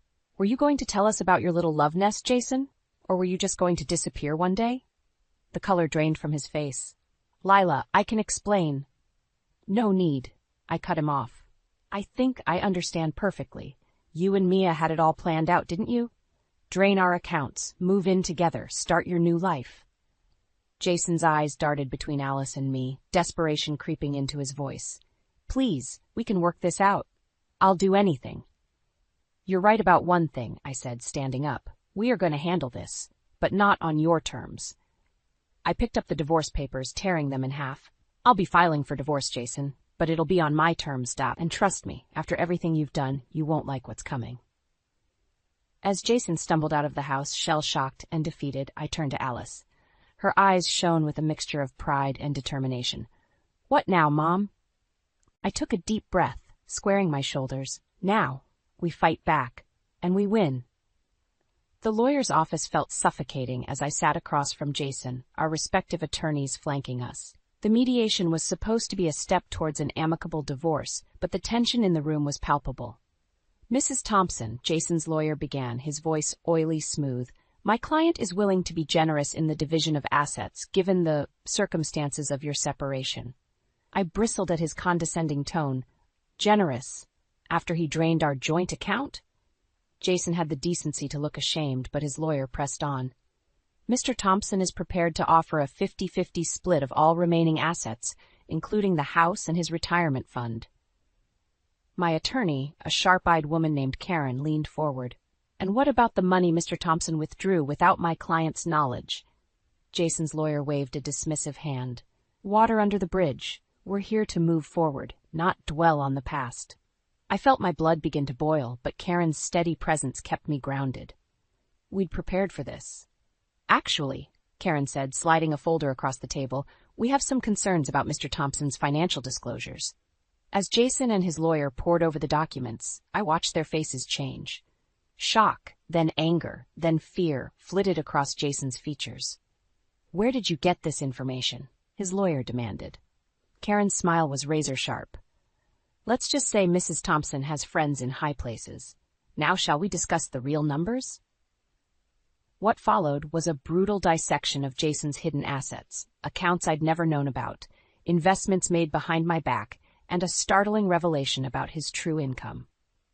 "You've been hiding money for years," I said, my voice barely above a whisper. "All those times you said we couldn't afford things for Alice, for our future." Jason couldn't meet my eyes. "Leela, I can explain." "Save it," I snapped. "I think you've done enough talking." As the meeting dragged on, the full extent of Jason's deception became clear. He'd been squirreling away money for years, building a nest egg I'd known nothing about, and now he wanted to claim half of our visible assets on top of it all. "This changes everything," Karen said as we left the office. "With this evidence, we can push for a much more favorable settlement." I nodded, my mind reeling. "What's our next move?" "We go on the offensive," she replied. "File for divorce immediately, citing financial infidelity along with the affair. We'll freeze all assets and demand a full accounting." As I drove home, my emotions warred within me. Anger at Jason's betrayal, fear for our financial future, and a growing determination to come out on top. Alice was waiting when I arrived, her face anxious. "How did it go?" I sank onto the couch, suddenly exhausted. "Your father's been lying about more than just the affair. He's hidden money from us for years." Her eyes widened. "What are we going to do?" "Fight," I said, my resolve strengthening. "We're going to fight with everything we've got." Just then my phone buzzed. A text from Mia. "Please, can we talk? There's something you need to know." I stared at the message, torn between curiosity and lingering anger. What more could she possibly have to say? "Mom?" Alice's voice pulled me back. "What is it?" I showed her the text, watching as her brow furrowed. "Are you going to meet her?" I hesitated, weighing my options. On one hand, Mia had betrayed me in the worst possible way. On the other, if she had information that could help our case against Jason, "I think I have to," I said finally. "But I'm not going alone. Will you come with me?" Alice nodded, her jaw set in determination. "Of course, we're in this together." As we prepared to face Mia, I felt a strange mix of dread and anticipation. Whatever she had to say, I knew it would change everything. But for better or worse, I was ready. Jason and Mia had underestimated me for the last time. Now it was my turn to show them what I was truly capable of. The cafe bustled around us, but I barely noticed the noise. My eyes were fixed on Mia, who sat across from me, fidgeting with her coffee cup. Alice sat beside me, a silent pillar of support. "I'm glad you came," Mia said, her voice barely above a whisper. "There's something you need to know about Jason." I steeled myself. "What is it?" Mia took a deep breath. "He's been embezzling from his company. That's where all the extra money has been coming from." The world seemed to tilt on its axis. "What? How do you know this?" "He told me," Mia admitted, shame coloring her cheeks. "He said it was to build a better life for us. But Lila, I think he's in deep trouble. The company's starting to investigate." My mind raced. This changed everything, not just for our divorce, but for Jason's entire future. And by extension, Alice's. "Why are you telling me this now?" I demanded, Mia's eyes filled with tears. "Because I realized what a horrible mistake I've made. Jason, he's not the man I thought he was, and I've ruined everything for a lie." Part of me wanted to reach out to comfort my little sister, but the wound was still too raw. "You're right," I said coldly. "You have ruined everything, but thank you for telling me." As we left the cafe, Alice grabbed my arm. "Mom, what are we going to do?" I squared my shoulders. "We're going to see Brenda. Now." An hour later, we sat in Brenda's living room, laying out everything we'd learned. Her face grew grimmer with each revelation. "Lila, honey, this is serious," she said. "If Jason goes down for embezzlement, it could affect you and Alice too. They might try to seize assets, even if they're in your name." Panic clawed at my throat. "What can we do?" Brenda leaned forward, her eyes intense. "I have a friend in the DA's office. If we move fast, we might be able to get ahead of this. But Lila, it means turning Jason in." The weight of the decision pressed down on me. Turn in my husband, the father of my child? But if I didn't, We could lose everything. Mom, Alice said softly, I think we have to do it. Dad made his choices. We shouldn't have to pay for them. I nodded, feeling a strange mix of resolve and heartbreak. You're right. Let's do it. The next few days were a whirlwind. Meetings with lawyers, late-night strategy sessions with Brenda, and tense conversations with Alice about our uncertain future. Through it all, I felt like I was walking a tightrope, one misstep away from disaster. Then, on a rainy Tuesday morning, it all came crashing down. I was at my new job, the one Brenda had helped me get, when my phone exploded with notifications. News alerts, texts from friends, and a frantic call from Alice. Mom, turn on the TV, she said, her voice shaking. They've arrested Dad. I rushed to the break room where a small crowd had already gathered around the television. There, in vivid color, was Jason being led out of his office in handcuffs. The ticker at the bottom of the screen screamed, "Local businessman arrested for embezzlement." My coworkers turned to stare at me, their faces a mix of pity and curiosity. I felt exposed, raw, as if my entire life was being broadcast for the world to see. As I stumbled back to my desk, my phone buzzed again. A text from an unknown number. How could you do this to me? To us? You'll regret this, Lila. I swear you will. Jason. Even now, he was trying to intimidate me, to make me feel guilty for his crimes. I sank into my chair, overwhelmed by the magnitude of what had just happened. We'd set this in motion. Alice and I. We'd chosen to fight back, to protect ourselves. But as the reality of our new situation settled in, I couldn't help but wonder. At what cost? My hands shook as I picked up my phone to call Alice. Whatever came next, we'd face it together. We had to. Because now, more than ever, we were all we had left. The courtroom felt suffocating as I sat beside my lawyer, watching Jason in his orange jumpsuit. The past few weeks had been a whirlwind of legal meetings, press conferences, and sleepless nights. Now it all came down to this moment. Your Honor, the prosecutor began, the state has overwhelming evidence of Mr. Prowl Thompson's embezzlement. We're prepared to offer a plea deal. Jason's lawyer leaned in, whispering urgently. I watched as Jason's face crumpled, then hardened.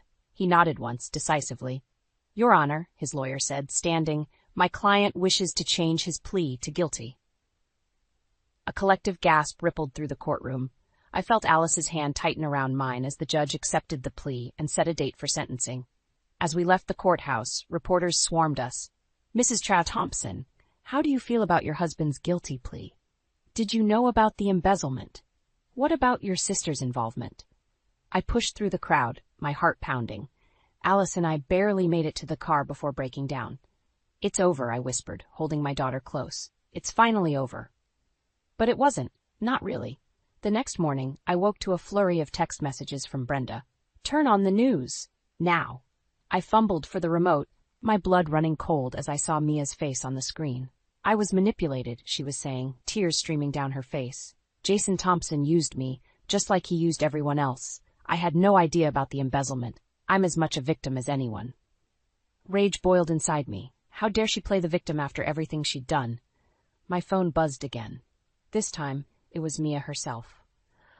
Lila, please, I know you're angry, but I need your help. Jason's lawyers are coming after me. They're saying I was complicit. I could lose everything. I stared at the message, torn between lingering anger and a lifetime of sisterly instinct. Before I could respond, another crisis hit. An email from my bank. Urgent notice, account frozen. Panic clawed at my throat as I called the bank. I'm sorry, Mrs. Thompson, the manager said, his voice tinged with pity. It's a court order. All assets connected to your husband are being investigated. I hung up, my mind reeling. Our savings, our future, all of it was in jeopardy. Alice found me an hour later, still staring blankly at my phone. Mom, what's wrong? I looked up at my daughter, so strong, so resilient. How could I tell her that we might lose everything? Our accounts are frozen, I said, my voice barely above a whisper. And Aunt Mia, she's trying to play the victim. Alice's face hardened. We can't let her get away with that. We have proof of her involvement, right? I nodded slowly. But if we use it, it could make things worse for us financially. The courts might see it as us hiding evidence. So what do we do? Alice asked, her voice small. Before I could answer, my phone rang. Jason's lawyer. Mrs. Thompson, he said, his voice oily smooth. My client would like to speak with you. He says he has a proposition that could solve all your problems. I felt a chill run down my spine. What kind of proposition? One that could clear your accounts, keep you out of the investigation, and ensure a comfortable future for you and your daughter. All he asks is that you stand by him publicly. Paint a picture of a loving, supportive wife who knew nothing of his misdeeds. The offer dangled before me, tempting in its simplicity.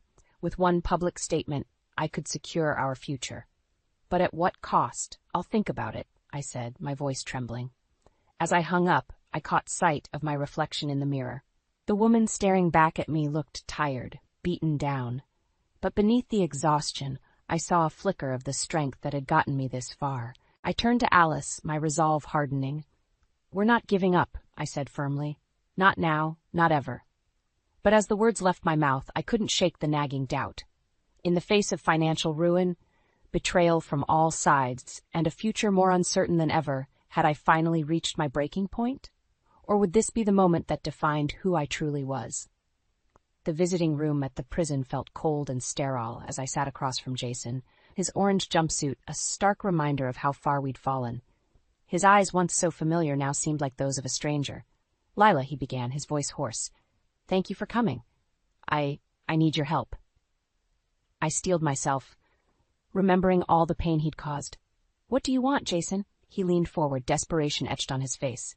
"I can't do this. The trial, the sentencing. I need you to speak on my behalf. Tell them I was a good husband, a good father. Please, Lila, for old time's sake." For a moment I wavered. Despite everything, a part of me still remembered the man I'd fallen in love with all those years ago. But then I thought of Alice, of the life we were rebuilding, and my resolve hardened. "No, Jason," I said firmly. "I won't lie for you, not anymore." His face darkened. "You owe me, Lila. After all we've been through." "I don't owe you anything," I cut him off. "You made your choices. Now you have to live with them." As I stood to leave, Jason grabbed my arm. "If you walk away now, you'll regret it. I'll make sure of it." I jerked away, my heart pounding. "Goodbye, Jason." Outside, I found Alice waiting, her face anxious. "How did it go?" I took a deep breath. "It's over. Really over." As we drove home, my phone buzzed with a text from Mia. "I'm sorry for everything. Can we talk?" I showed Alice the message, torn between lingering anger and the pull of family ties. "It's your decision, Mom," Alice said softly. "But remember, we're stronger together." Her words echoed in my mind as we pulled into our driveway. To my surprise, Brenda was waiting on the porch, a determined look on her face. "I've got news," she said as we approached. Big news. Inside, Brenda laid out a stack of documents. "Remember that friend I have in the DA's office? Well, she did some digging. Turns out Jason had a secret account we didn't know about. And guess whose name is on it?" My heart skipped a beat. "Mia's?" Brenda nodded. "They were in it together, Lila. All of it." The revelation hit me like a physical blow. My sister, my own flesh and blood, had been complicit in Jason's crimes all along. "What do we do now?" Alice asked, her voice small. I looked at my daughter, then at Brenda, feeling a surge of gratitude for the true family I had left. In that moment, I made my decision. "We tell the truth," I said firmly. "All of it. No more lies, no more cover-ups." The next few weeks were a whirlwind of legal meetings and court appearances. I testified about Jason's crimes, about Mia's involvement, holding nothing back. It was painful, exposing our family's darkest secrets, but with each word, I felt a weight lifting from my shoulders. On the day of Jason's sentencing, I stood before the judge, my voice steady. "Your Honor, I'm not here to defend my husband's actions. He made his choices, and now he must face the consequences. But I am here to speak for myself, for my daughter, and for all those who were betrayed by his actions. We're ready to move forward, to rebuild our lives, without the shadow of his crimes hanging over us." As the judge handed down his sentence, 15 years with no possibility of early parole, I felt a strange mix of sadness and relief. It was the end of a chapter, but also the beginning of a new one. Outside the courthouse, reporters clamored for a statement. But this time, I didn't run. I stood tall, Alice by my side, and faced the cameras. "We've been through hell," I said, my voice clear and strong, "but we've come out stronger. To anyone out there facing betrayal, facing seemingly insurmountable odds, I want you to know you're not alone, and you're stronger than you know." As we walked away hand in hand, I felt a sense of peace wash over me. The road ahead wouldn't be easy, but for the first time in months I felt hope. We had weathered the storm, faced our demons, and come out the other side. Looking at Alice, seeing the strength and resilience in her eyes, I knew we would be okay. More than okay. We would thrive, because sometimes it's only when everything falls apart that you discover what you're truly made of. And I, Lila Thompson, was made of steel.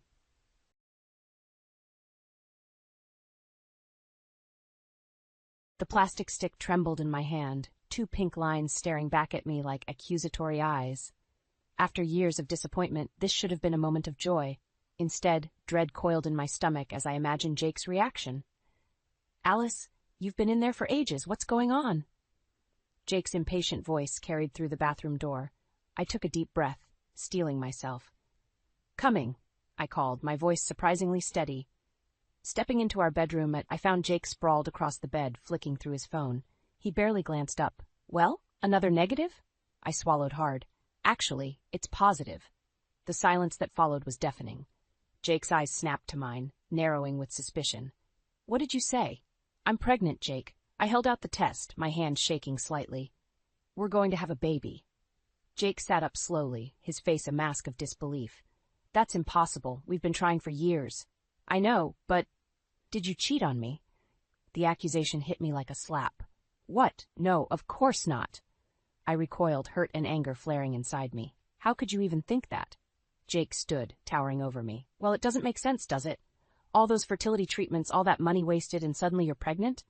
It happens, Jake. Sometimes it just happens," he scoffed, pacing the room.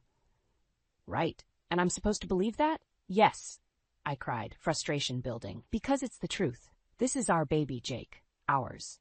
Jake stopped, turning to face me with a cold look in his eyes. "I don't want it." The words hit me like a punch to the gut. "What?" I said. "I don't want it." His voice was flat, emotionless. "Get rid of it."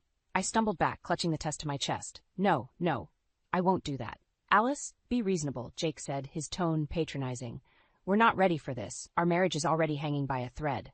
"Because of you," I shot back, finding my voice. "Because you've been distant and cruel, treating me like I'm broken just because I couldn't get pregnant." Jake's face darkened. "Watch it, Alice. You're getting hysterical." "No, I'm not," I said, straightening my spine. "I'm finally seeing things clearly. This baby is a miracle, Jake, and if you can't see that, then..." "Then what?" he challenged, stepping closer. I met his gaze, unflinching. "Then maybe we shouldn't be together anymore." Jake's laugh was harsh. "Oh, that's rich. You think you can make it on your own? With a baby?" "I'd rather be alone than with someone who doesn't want our child," I said, my voice steady despite the tears threatening to spill. For a moment, something like regret flashed across Jake's face, but it was quickly replaced by a sneer. "Fine. Have your precious baby. But don't come crawling back when you realize how hard it is." He stormed out of the room, leaving me alone with the weight of his words. I sank onto the bed, one hand instinctively moving to my still flat stomach. The test was still clutched in my other hand, those 2 pink lines a promise of a future I'd dreamed of for so long. But not like this. Never like this. My phone buzzed, startling me. It was a text from my mother, Brenda. "How did it go, sweetheart? Did you tell him?" I stared at the message, tears finally spilling over. How could I tell her that my marriage had just imploded? That the man I thought I knew had revealed himself to be a monster? With shaking fingers, I typed out a reply. "Can I come home?" The response was immediate. "Of course. We're here for you, always." I looked around the room at the life Jake and I had built together. It all seemed hollow now, a facade hiding years of pain and resentment. But as I placed a hand on my stomach again, I felt a flicker of hope.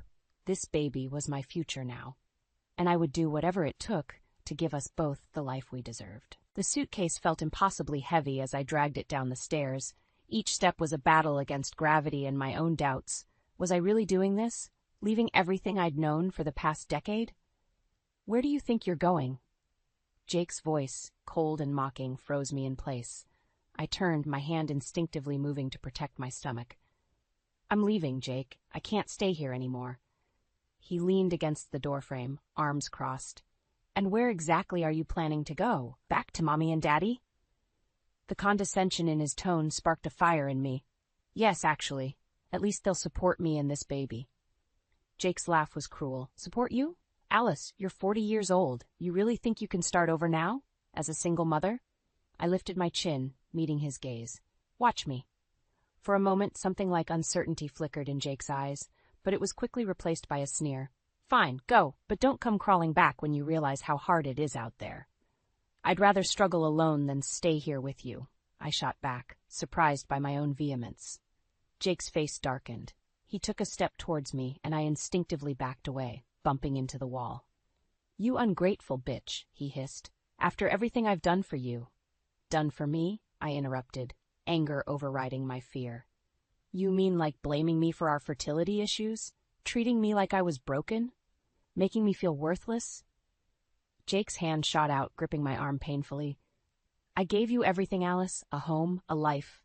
Let go of me, I said, my voice low and dangerous. Now. For a tense moment, I thought he might hit me, but then he released me, stepping back with a look of disgust.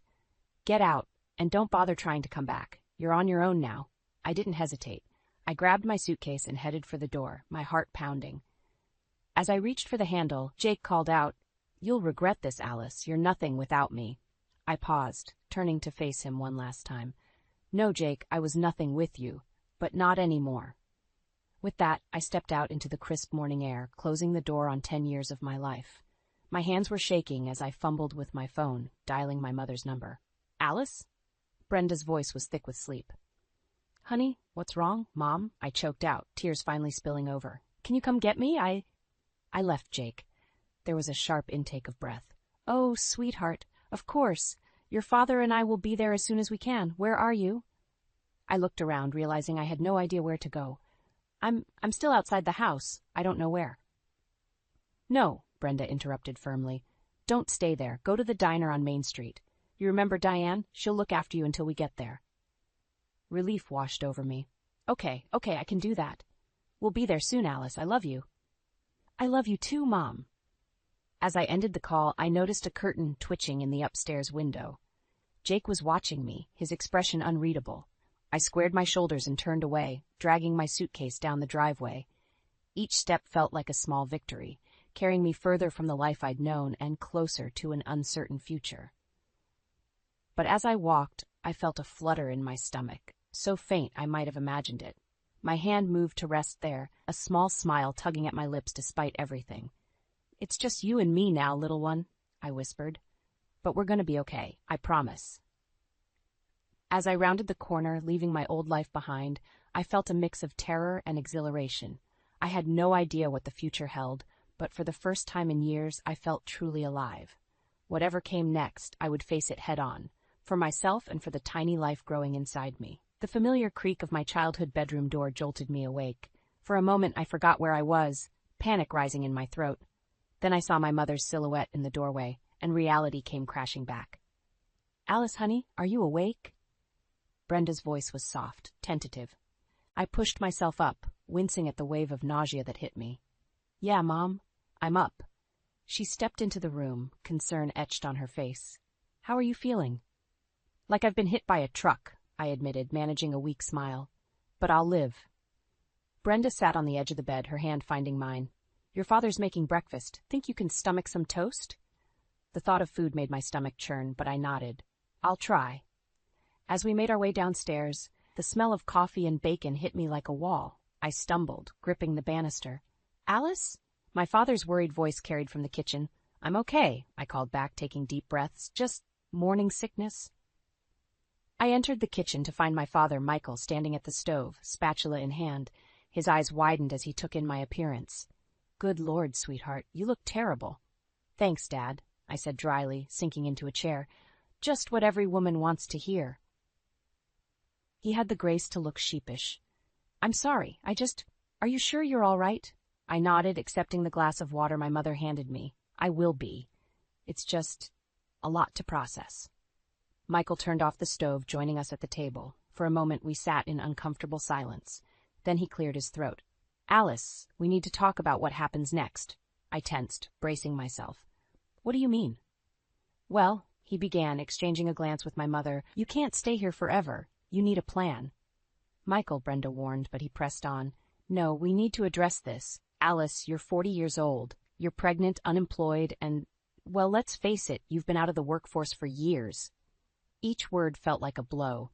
I blinked back tears, anger rising to replace the hurt. So what are you saying, Dad, that I should go crawling back to Jake? No, both my parents exclaimed in unison. Of course not, Brenda said firmly. But your father's right about one thing. We need a plan. I slumped in my chair, suddenly exhausted. I know, I don't know where to start. Michael reached across the table, taking my hand.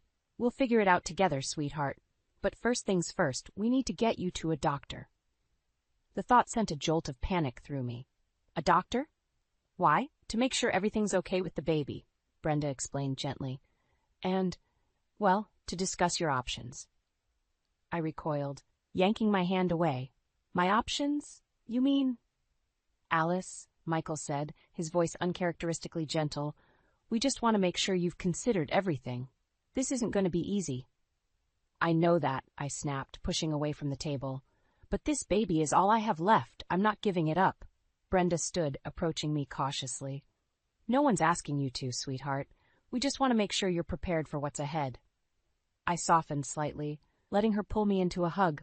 I know, Mom. I'm scared, but I have to do this.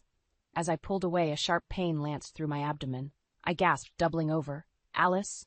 My father's voice sounded far away.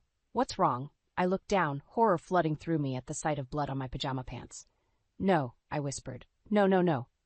The room spun as panic set in. My mother's arms were around me, her voice urgent in my ear. Michael, call an ambulance. As darkness crept in at the edges of my vision, one thought consumed me. I couldn't lose this baby. I couldn't lose the only good thing left in my life.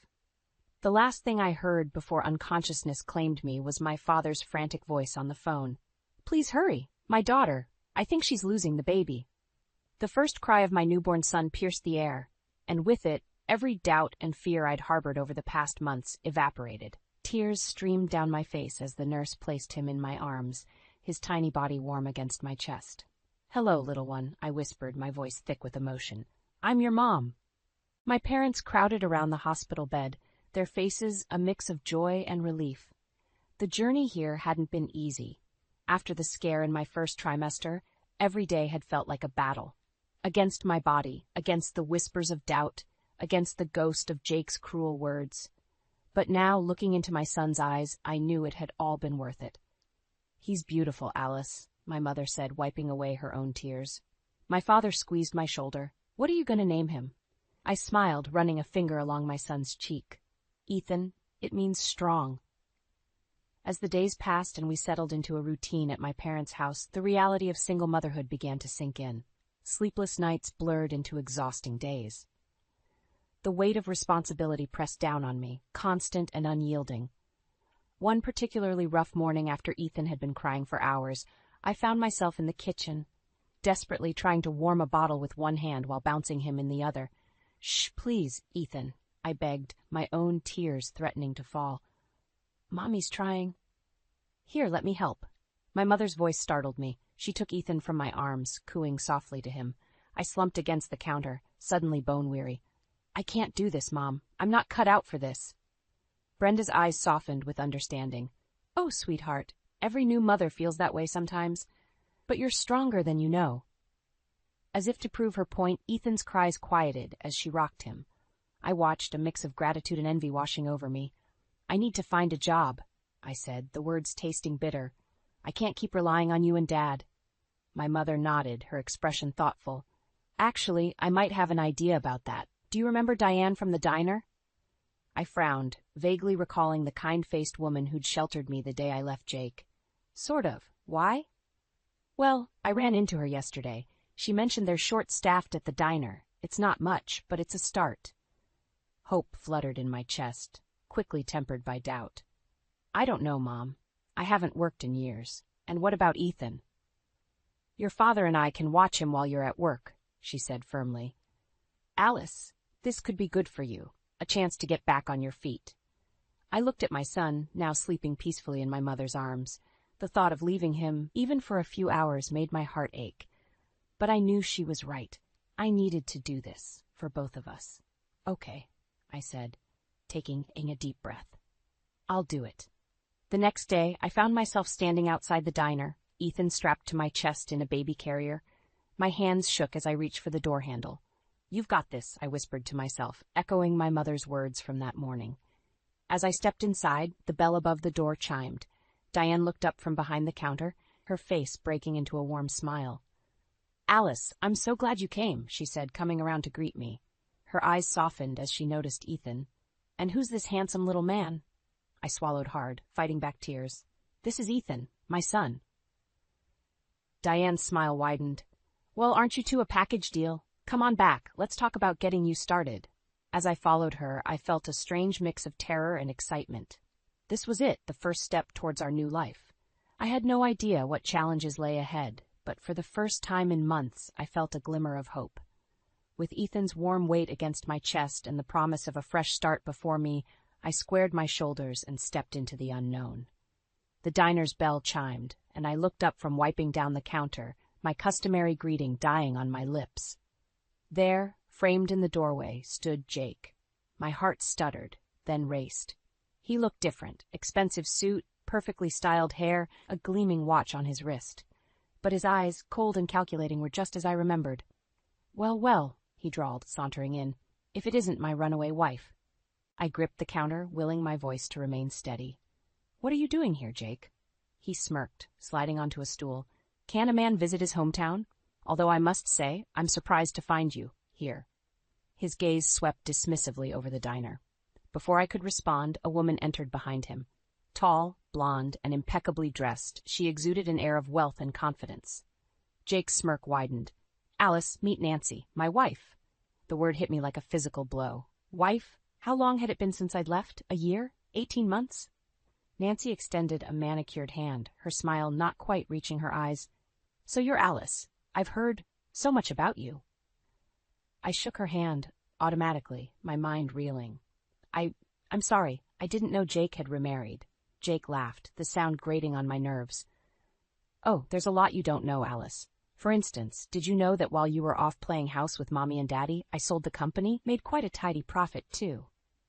The implications of his words sank in slowly. The company we'd built together, the one I'd walked away from when I left him, he'd sold it without a word to me. You had no right, I hissed, anger replacing shock. Jake's eyes hardened. I had every right. You abandoned everything, remember? Including your shares in the company. I opened my mouth to argue, but at that moment, Diane emerged from the kitchen, Ethan in her arms. Alice, honey, I think someone needs his mama. Jake's gaze snapped to my son, his expression unreadable. So this is the brat, huh? Doesn't look like much. Red clouded my vision. I snatched Ethan from Diane, cradling him protectively. Don't you dare talk about my son like that. Nancy laid a hand on Jake's arm, her smile brittle. Now, darling, let's not cause a scene. We just came to deliver the news, remember? Jake nodded, his smirk returning. Right you are, my dear. Alice, we thought you should know we're moving back to town. Bought that big house on Maple Street.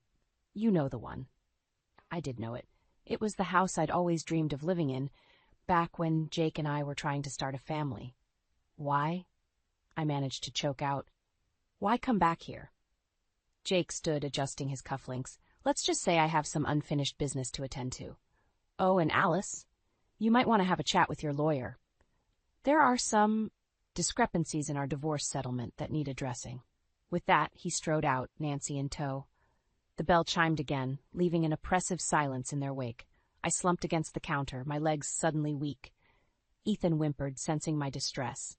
Oh, honey, Diane said softly, coming around to support me. Are you okay?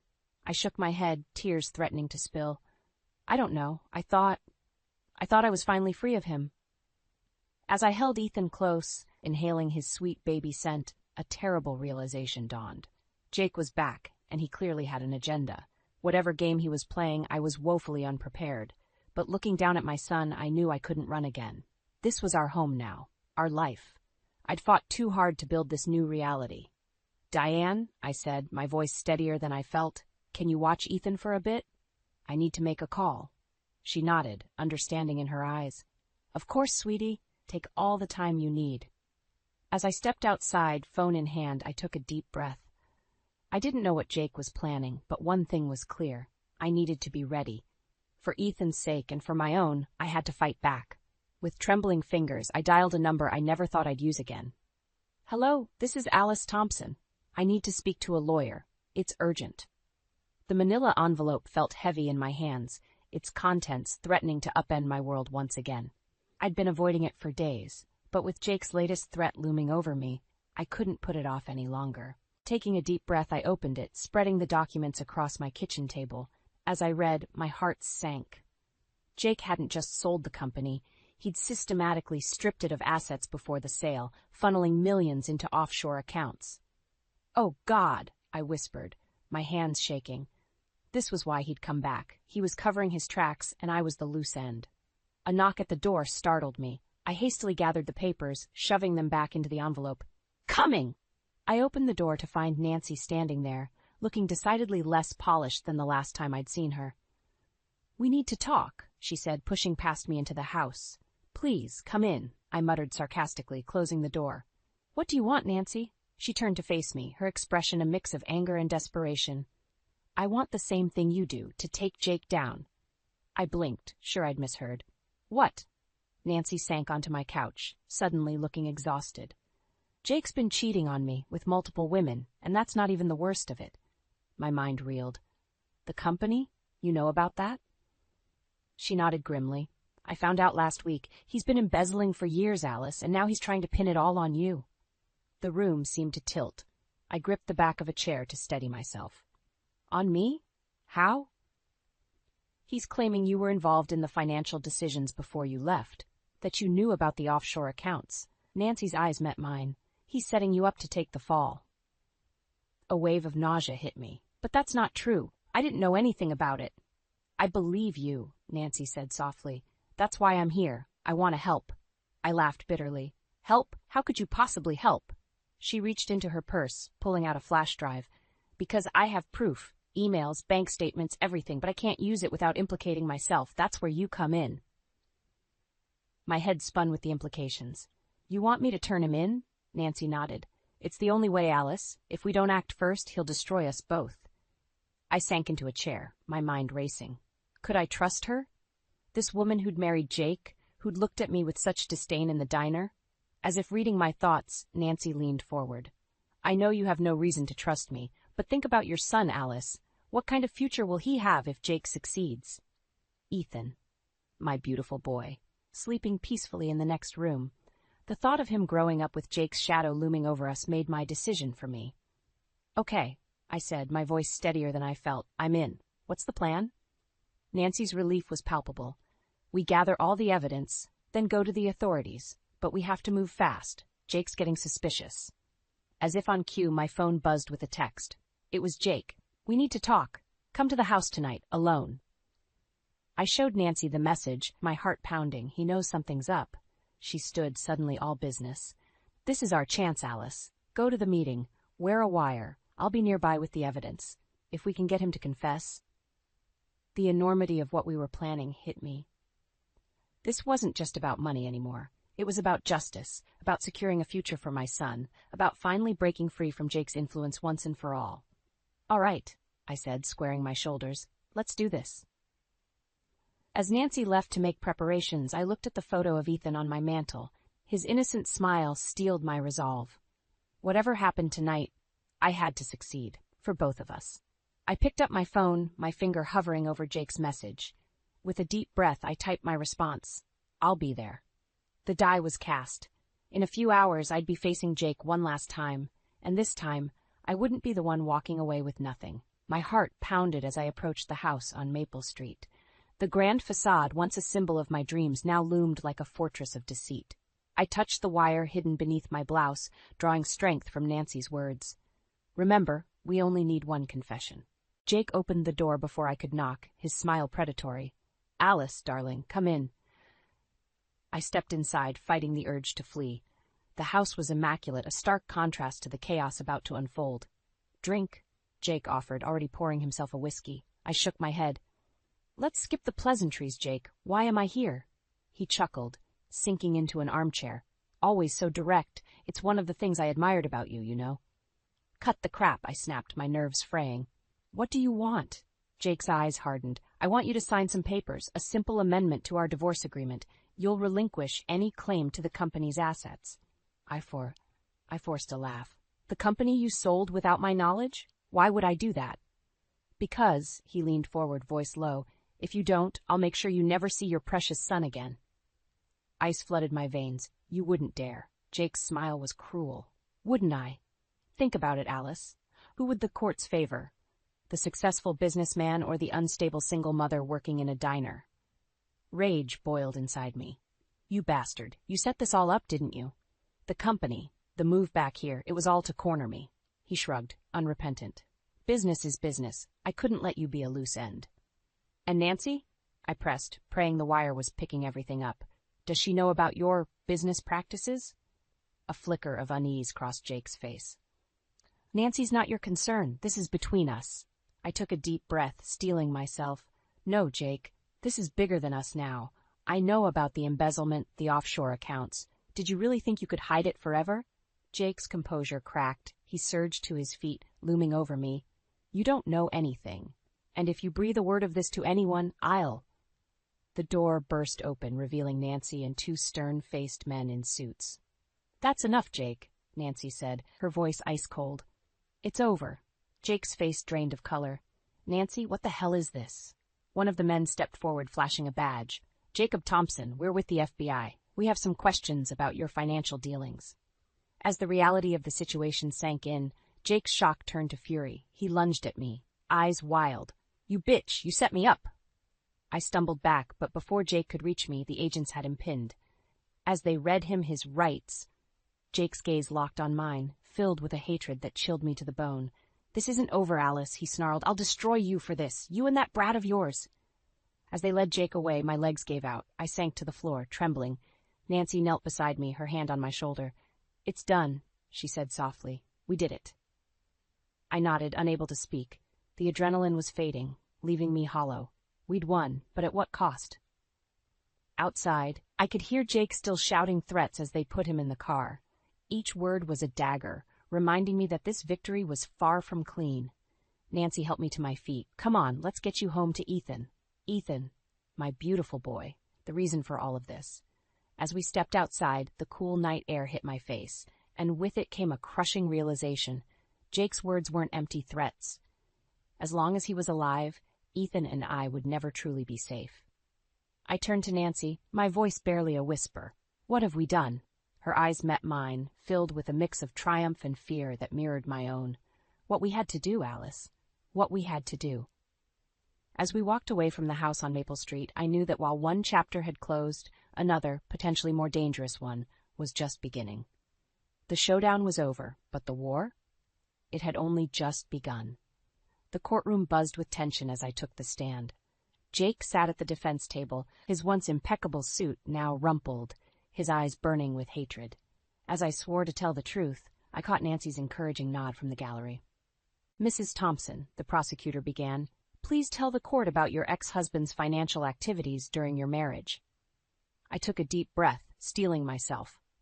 Jake, Mr. Thompson, systematically embezzled funds from our company, hiding millions in offshore accounts. Jake's lawyer objected, but the judge overruled him. As I continued my testimony, detailing years of financial abuse and manipulation, I watched Jake's facade crumble. His smug confidence gave way to panic, then fury. When it was the defense's turn for cross-examination, Jake's lawyer tried to paint me as a scorned woman out for revenge. But I held my ground, my voice steady as I recounted the emotional abuse, the gaslighting, the threats against our son. And why should the court believe you now? The lawyer sneered. I looked directly at Jake as I answered. Because I'm not afraid anymore.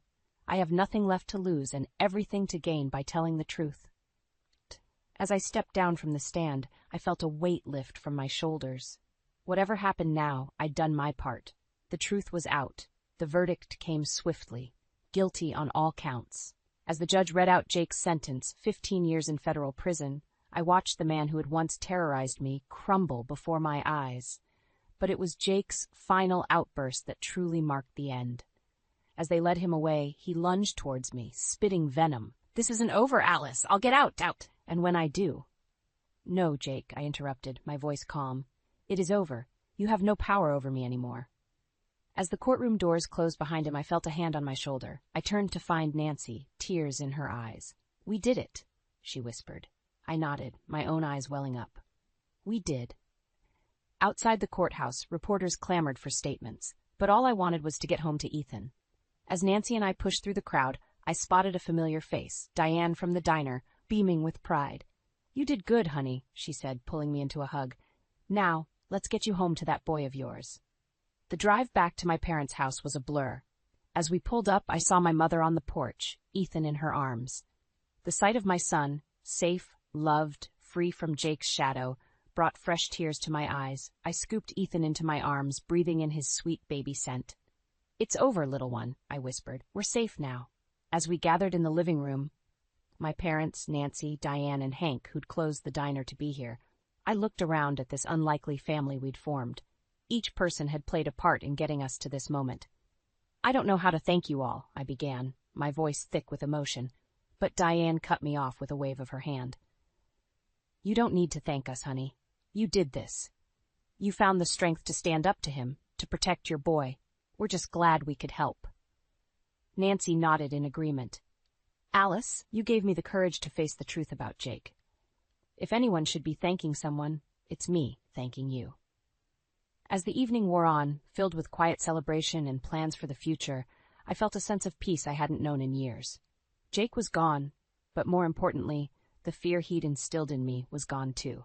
Later, as I tucked Ethan into bed, I made him a promise. You'll never have to be afraid, my love. Mommy will always protect you.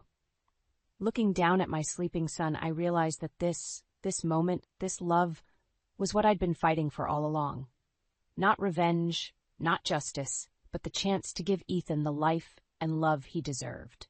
As I closed Ethan's door, I caught sight of my reflection in the hallway mirror. The woman staring back at me was stronger, wiser, and more whole than she'd ever been. For the first time in years, I smiled at my reflection. The past was behind us now. The future, bright, hopeful, and ours alone, was waiting.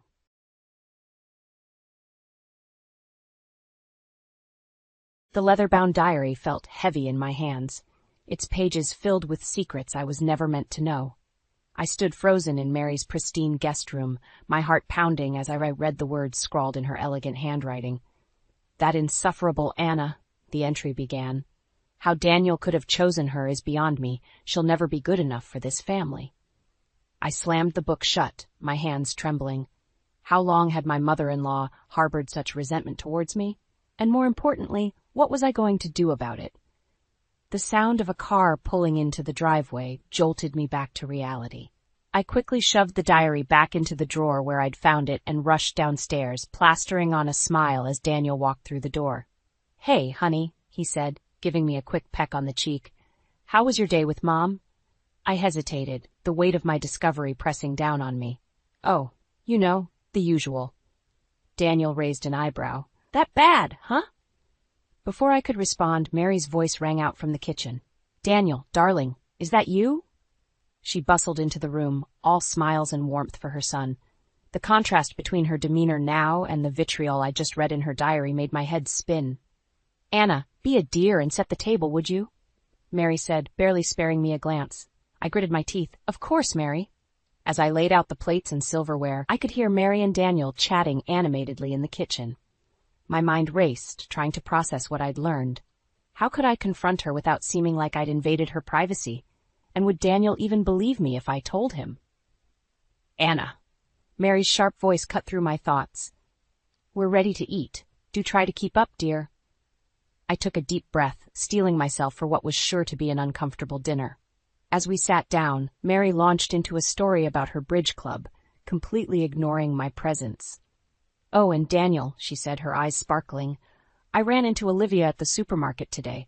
She and Liam are coming over for brunch on Sunday. Isn't that lovely? Daniel nodded, his mouth full of pot roast. I felt a familiar pang of jealousy at the mention of my sister-in-law. Olivia could do no wrong in Mary's eyes, a fact that was driven home by what I'd read in the diary. That sounds great, Mom, Daniel said. Anna and I would love to join you. Mary's smile faltered for just a moment. Oh, I'm not sure there will be enough room at the table. Perhaps Anna could visit her own family that day. The room fell silent. I stared at my plate, willing myself not to cry or scream. Daniel cleared his throat. Mom, that's not fair. Anna is part of this family, too. Of course, Mary backpedaled smoothly. I just thought she might prefer to spend time with her parents. You know how close they are. I couldn't take it anymore. Actually, Mary, I said, my voice surprisingly steady, I'd love to join you for brunch. After all, we're family, right? The look she gave me could have curdled milk. Of course, dear. How thoughtful of you.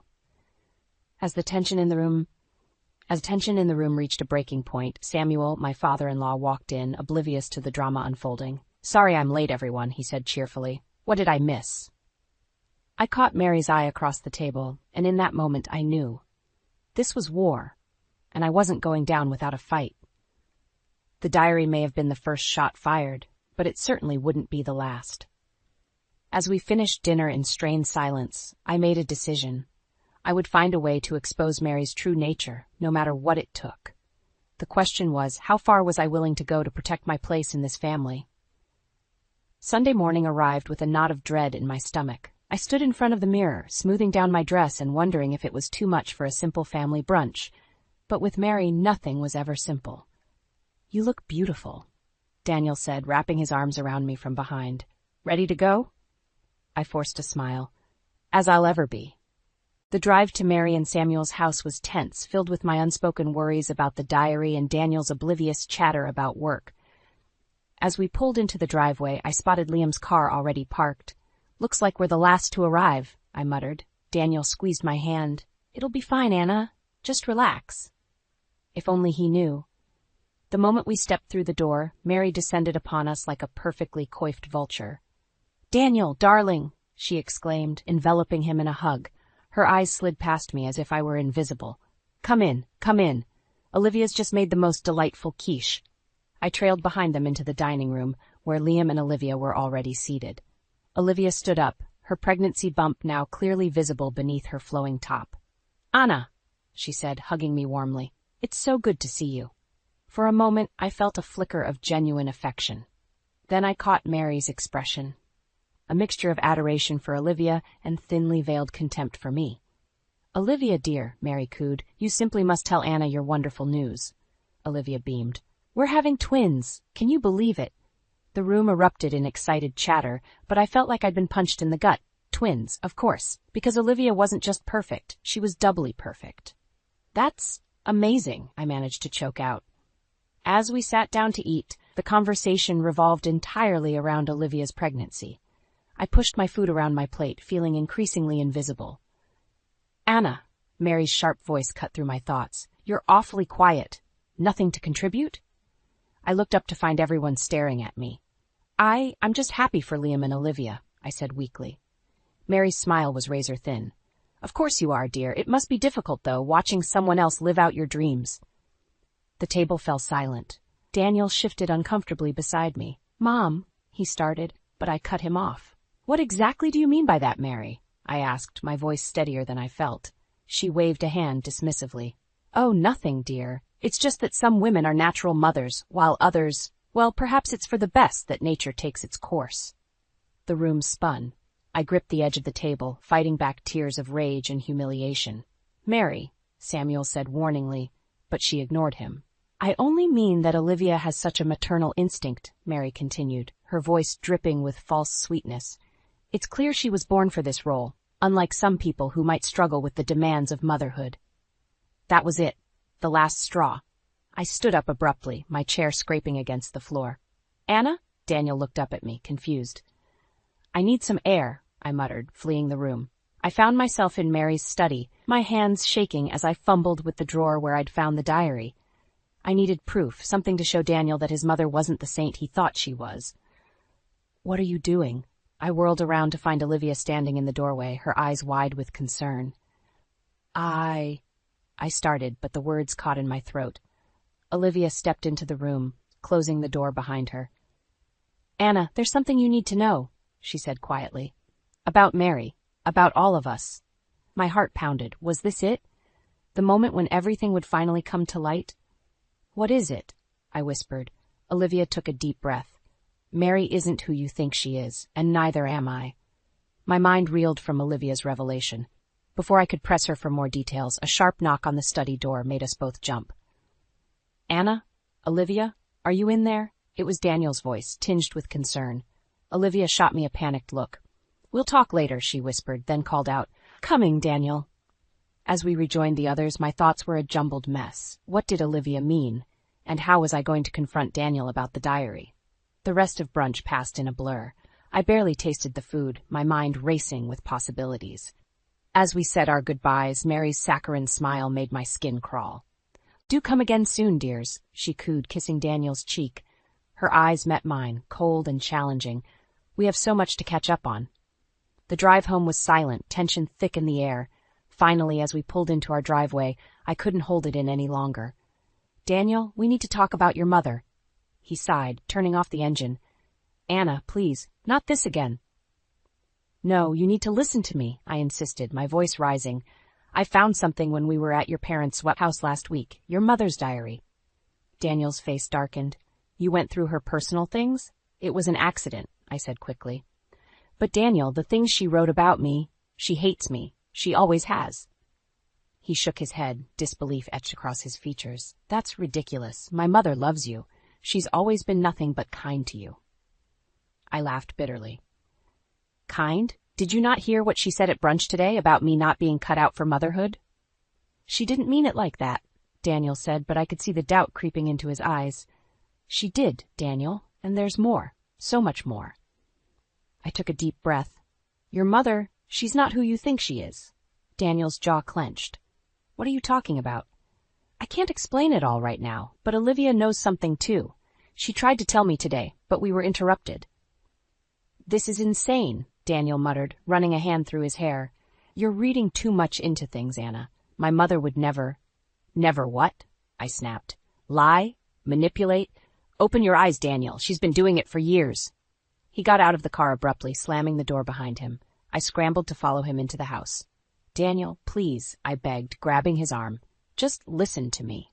He whirled around, his eyes flashing with anger. No, you listen to me, Anna. I've had enough of this. My mother has been nothing but welcoming to you since the day we met. If anyone's causing problems in this family, it's you. His words hit me like a physical blow. I staggered back, tears welling in my eyes. You don't mean that, I whispered. Daniel's expression softened slightly, but the anger was still there. I'm going for a walk. I need to clear my head. As the front door slammed behind him, I sank to the floor, sobs racking my body. How had everything gone so wrong? My phone buzzed in my pocket. With shaking hands, I pulled it out to see a text from an unknown number. Anna, it's Olivia. We need to meet. Alone. There's so much you don't know. Tomorrow, 2 p.m., at the coffee shop on Main Street. Please come. It's about Mary and Daniel. I stared at the message, my heart pounding. Whatever Olivia knew, it was clear that this went deeper than I could have imagined. As I heard Daniel's key in the lock, I quickly deleted the message. He walked in, his face a mask of exhaustion and conflicting emotions. Anna. It's okay, I cut him off, forcing a smile. Let's just forget about it for now. But as we went through the motions of a normal evening, I knew that nothing would ever be the same. Tomorrow, I would meet Olivia and finally uncover the truth.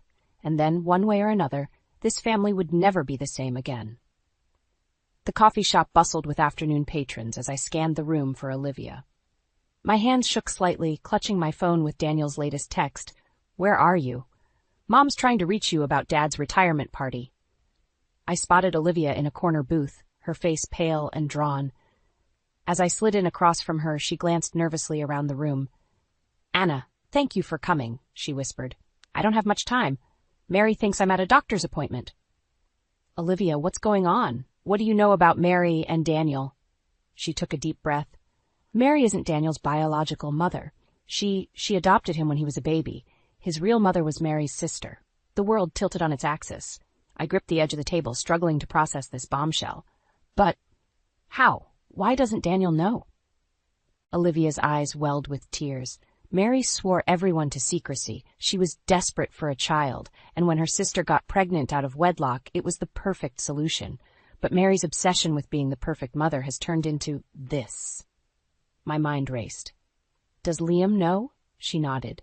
He found out just before we got married. Mary made him promise never to tell. It's been eating him alive. And you're telling me this now because I can't stand by and watch Mary destroy your marriage like she almost destroyed mine, Olivia said fiercely. She's planning something, Anna, something big. Just then my phone buzzed. It was Mary. Anna, dear, her saccharine voice dripped through the speaker. I hope you're free this Saturday at 7 p.m. for Samuel's retirement party.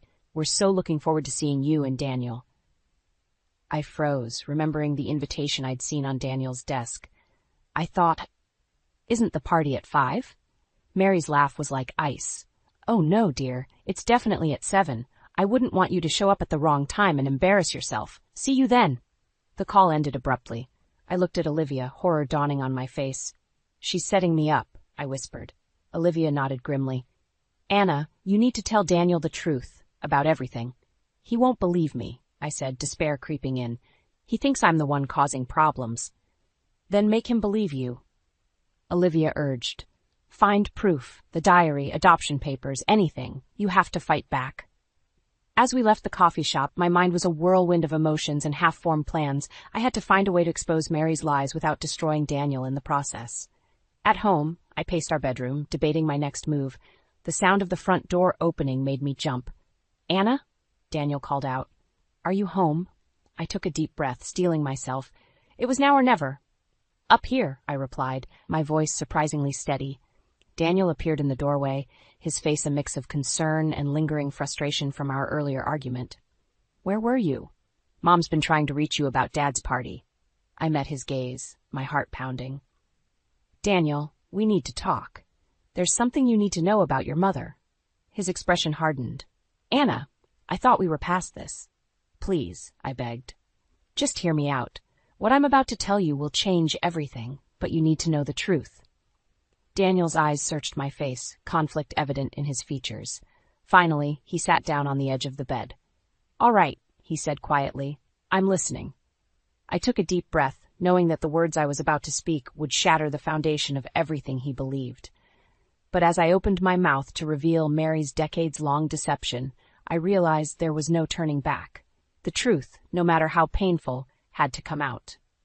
Daniel, I began, my voice barely above a whisper. Your mother, she's not who you think she is. My heart raced as Daniel and I pulled up to his parents' house. The driveway was already packed with cars, laughter and music spilling out into the evening air. I glanced at my watch, 7:05 p.m.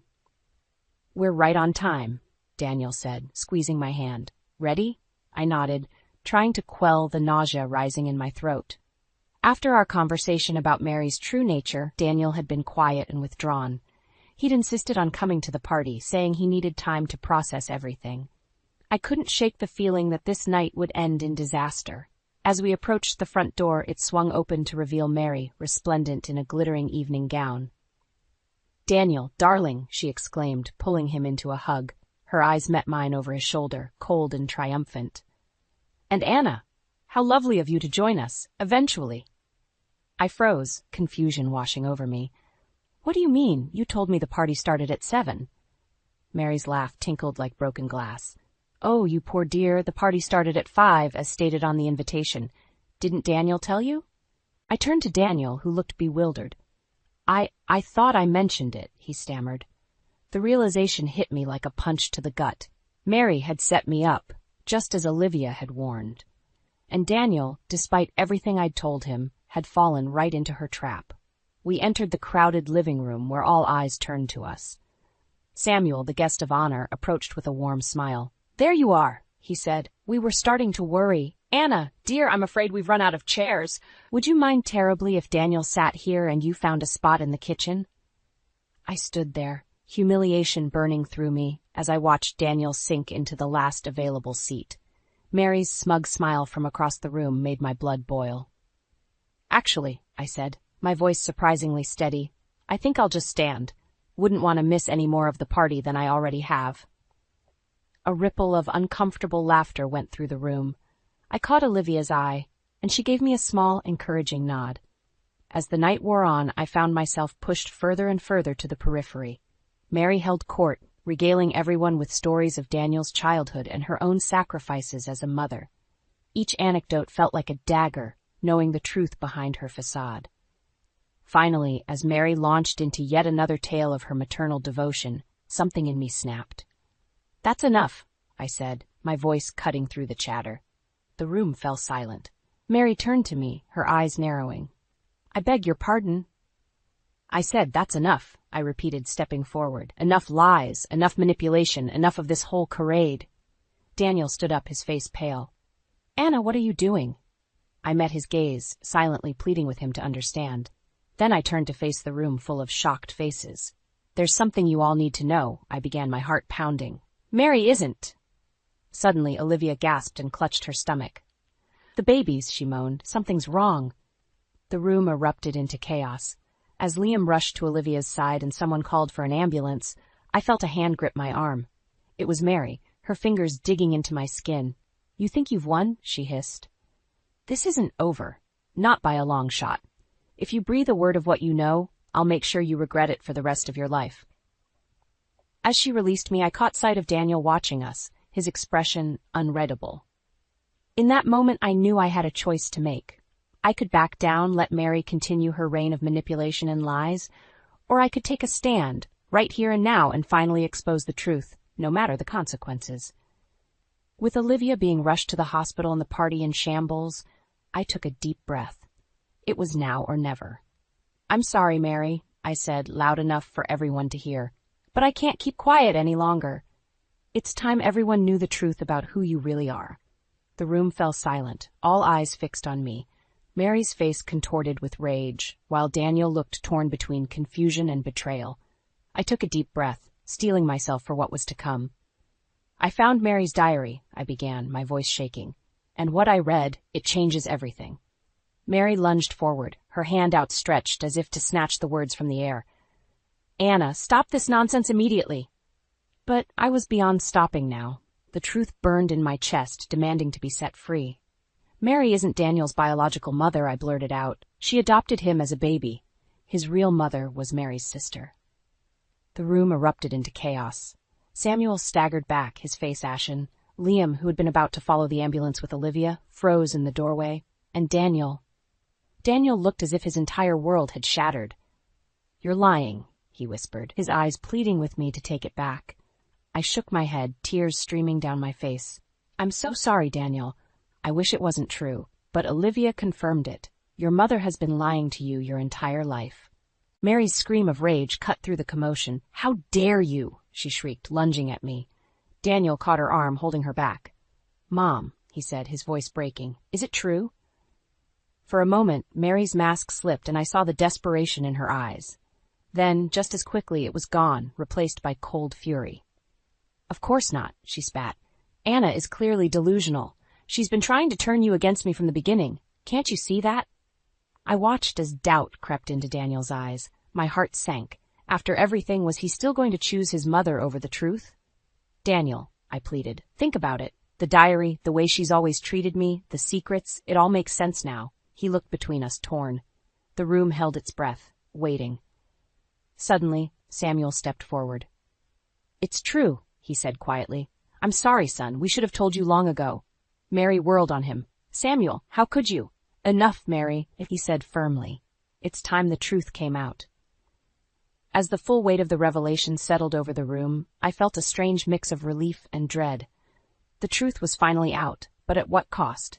Daniel stumbled back, his face a mask of pain and betrayal.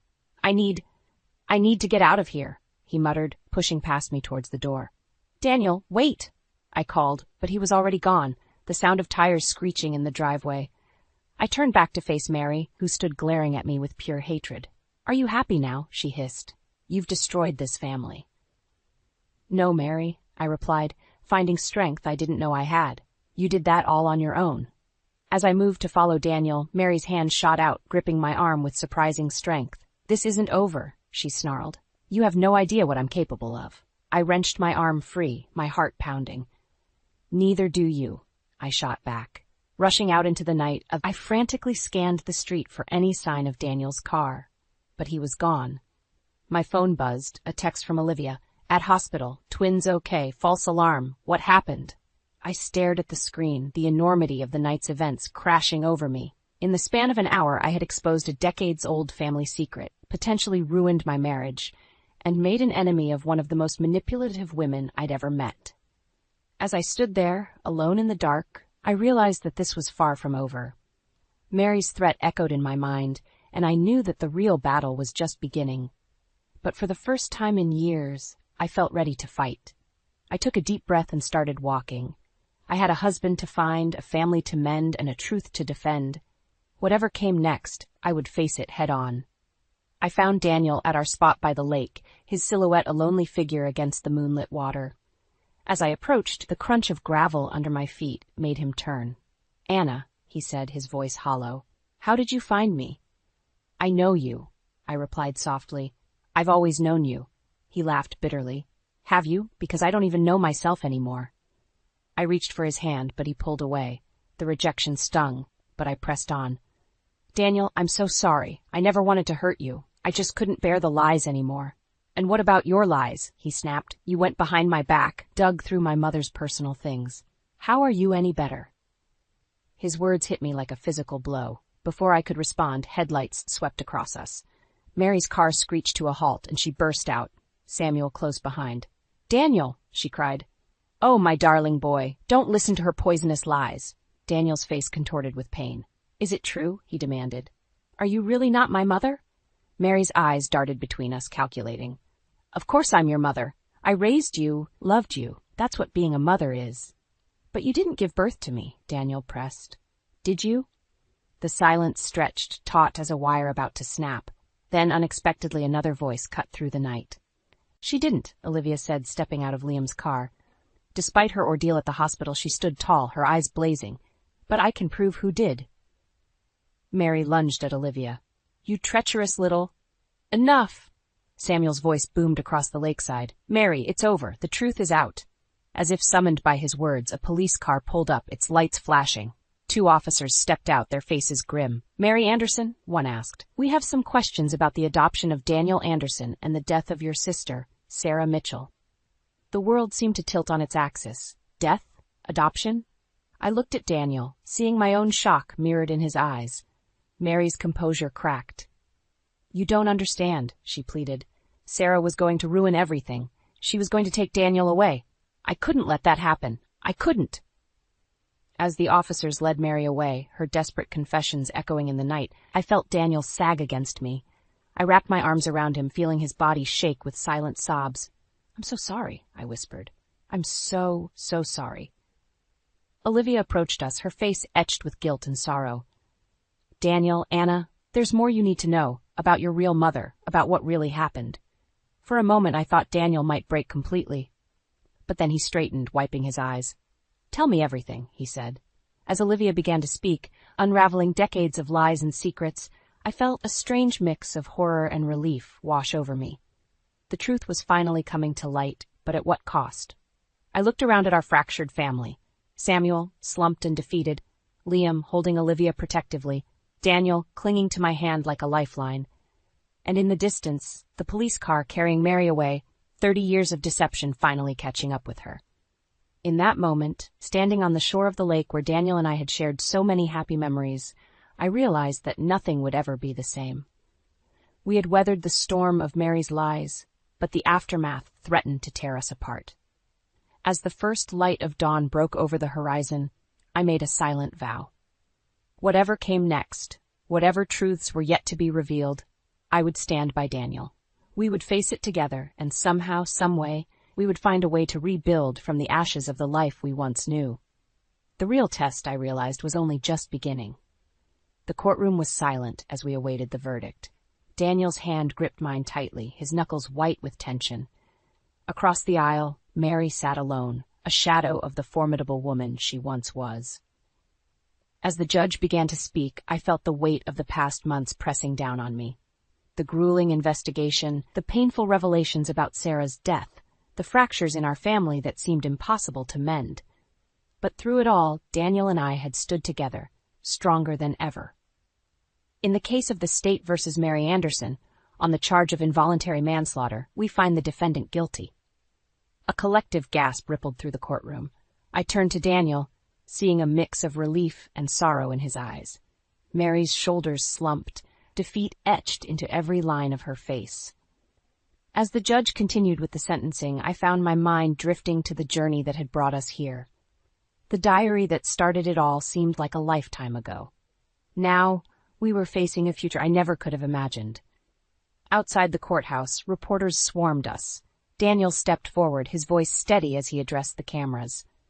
"Today, justice has been served," he said. "But there are no winners here. Only a family forever changed by secrets and lies. We ask for privacy as we begin to heal." As we pushed through the crowd, I caught sight of Samuel, standing apart from the chaos. Our eyes met, and I saw a lifetime of regret in his gaze. Daniel noticed too, hesitating for a moment before approaching his father. "Dad," he said softly, "would you like to come home with us?" Samuel's eyes welled with tears. "You'd want me there, after everything?" Daniel nodded. "You're still my father. We have a lot to work through, but we're family." The drive home was quiet, each of us lost in our thoughts. As we pulled into the driveway, I was surprised to see Liam and Olivia waiting on the porch, the twins asleep in their stroller. "We thought you might need some family around," Olivia said, embracing me tightly. Inside, as Samuel settled into an armchair and Liam helped Daniel open a bottle of wine, I found myself in the kitchen with Olivia. "I never thanked you," I said quietly, "for telling the truth, for standing by us through all of this." Olivia squeezed my hand. It was long overdue. I just wish I'd had the courage to speak up sooner. As we rejoined the others, I was struck by the scene before me. This patchwork family, battered and bruised, but still standing, still trying. Daniel raised his glass. "To truth," he said, his voice thick with emotion, "and to new beginnings." As we clinked glasses, I felt a sense of peace wash over me. The road ahead wouldn't be easy, but for the first time in years, I felt hope. Later that night, as Daniel and I lay in bed, he turned to me, his eyes shining in the darkness. "Anna," he whispered, "I don't think I ever properly thanked you for fighting for the truth, for fighting for us. I'm sorry I ever doubted you." I cupped his face in my hands. "We fought together, Daniel, and we'll keep fighting together, whatever comes next." He pulled me close, and as I drifted off to sleep in his arms, I realized that this was what I'd been searching for all along. Not the approval of a woman who could never truly love me, but the unshakable bond of a partnership built on trust and truth. Mary's reign of manipulation was over. In its place, we were building something new, something stronger. A family forged in fire, tempered by truth. As the first light of dawn crept through our window, I smiled. Whatever challenges lay ahead, I was ready to face them. With Daniel by my side and the truth as our compass, we could weather any storm. The future, for the first time in years, looked bright.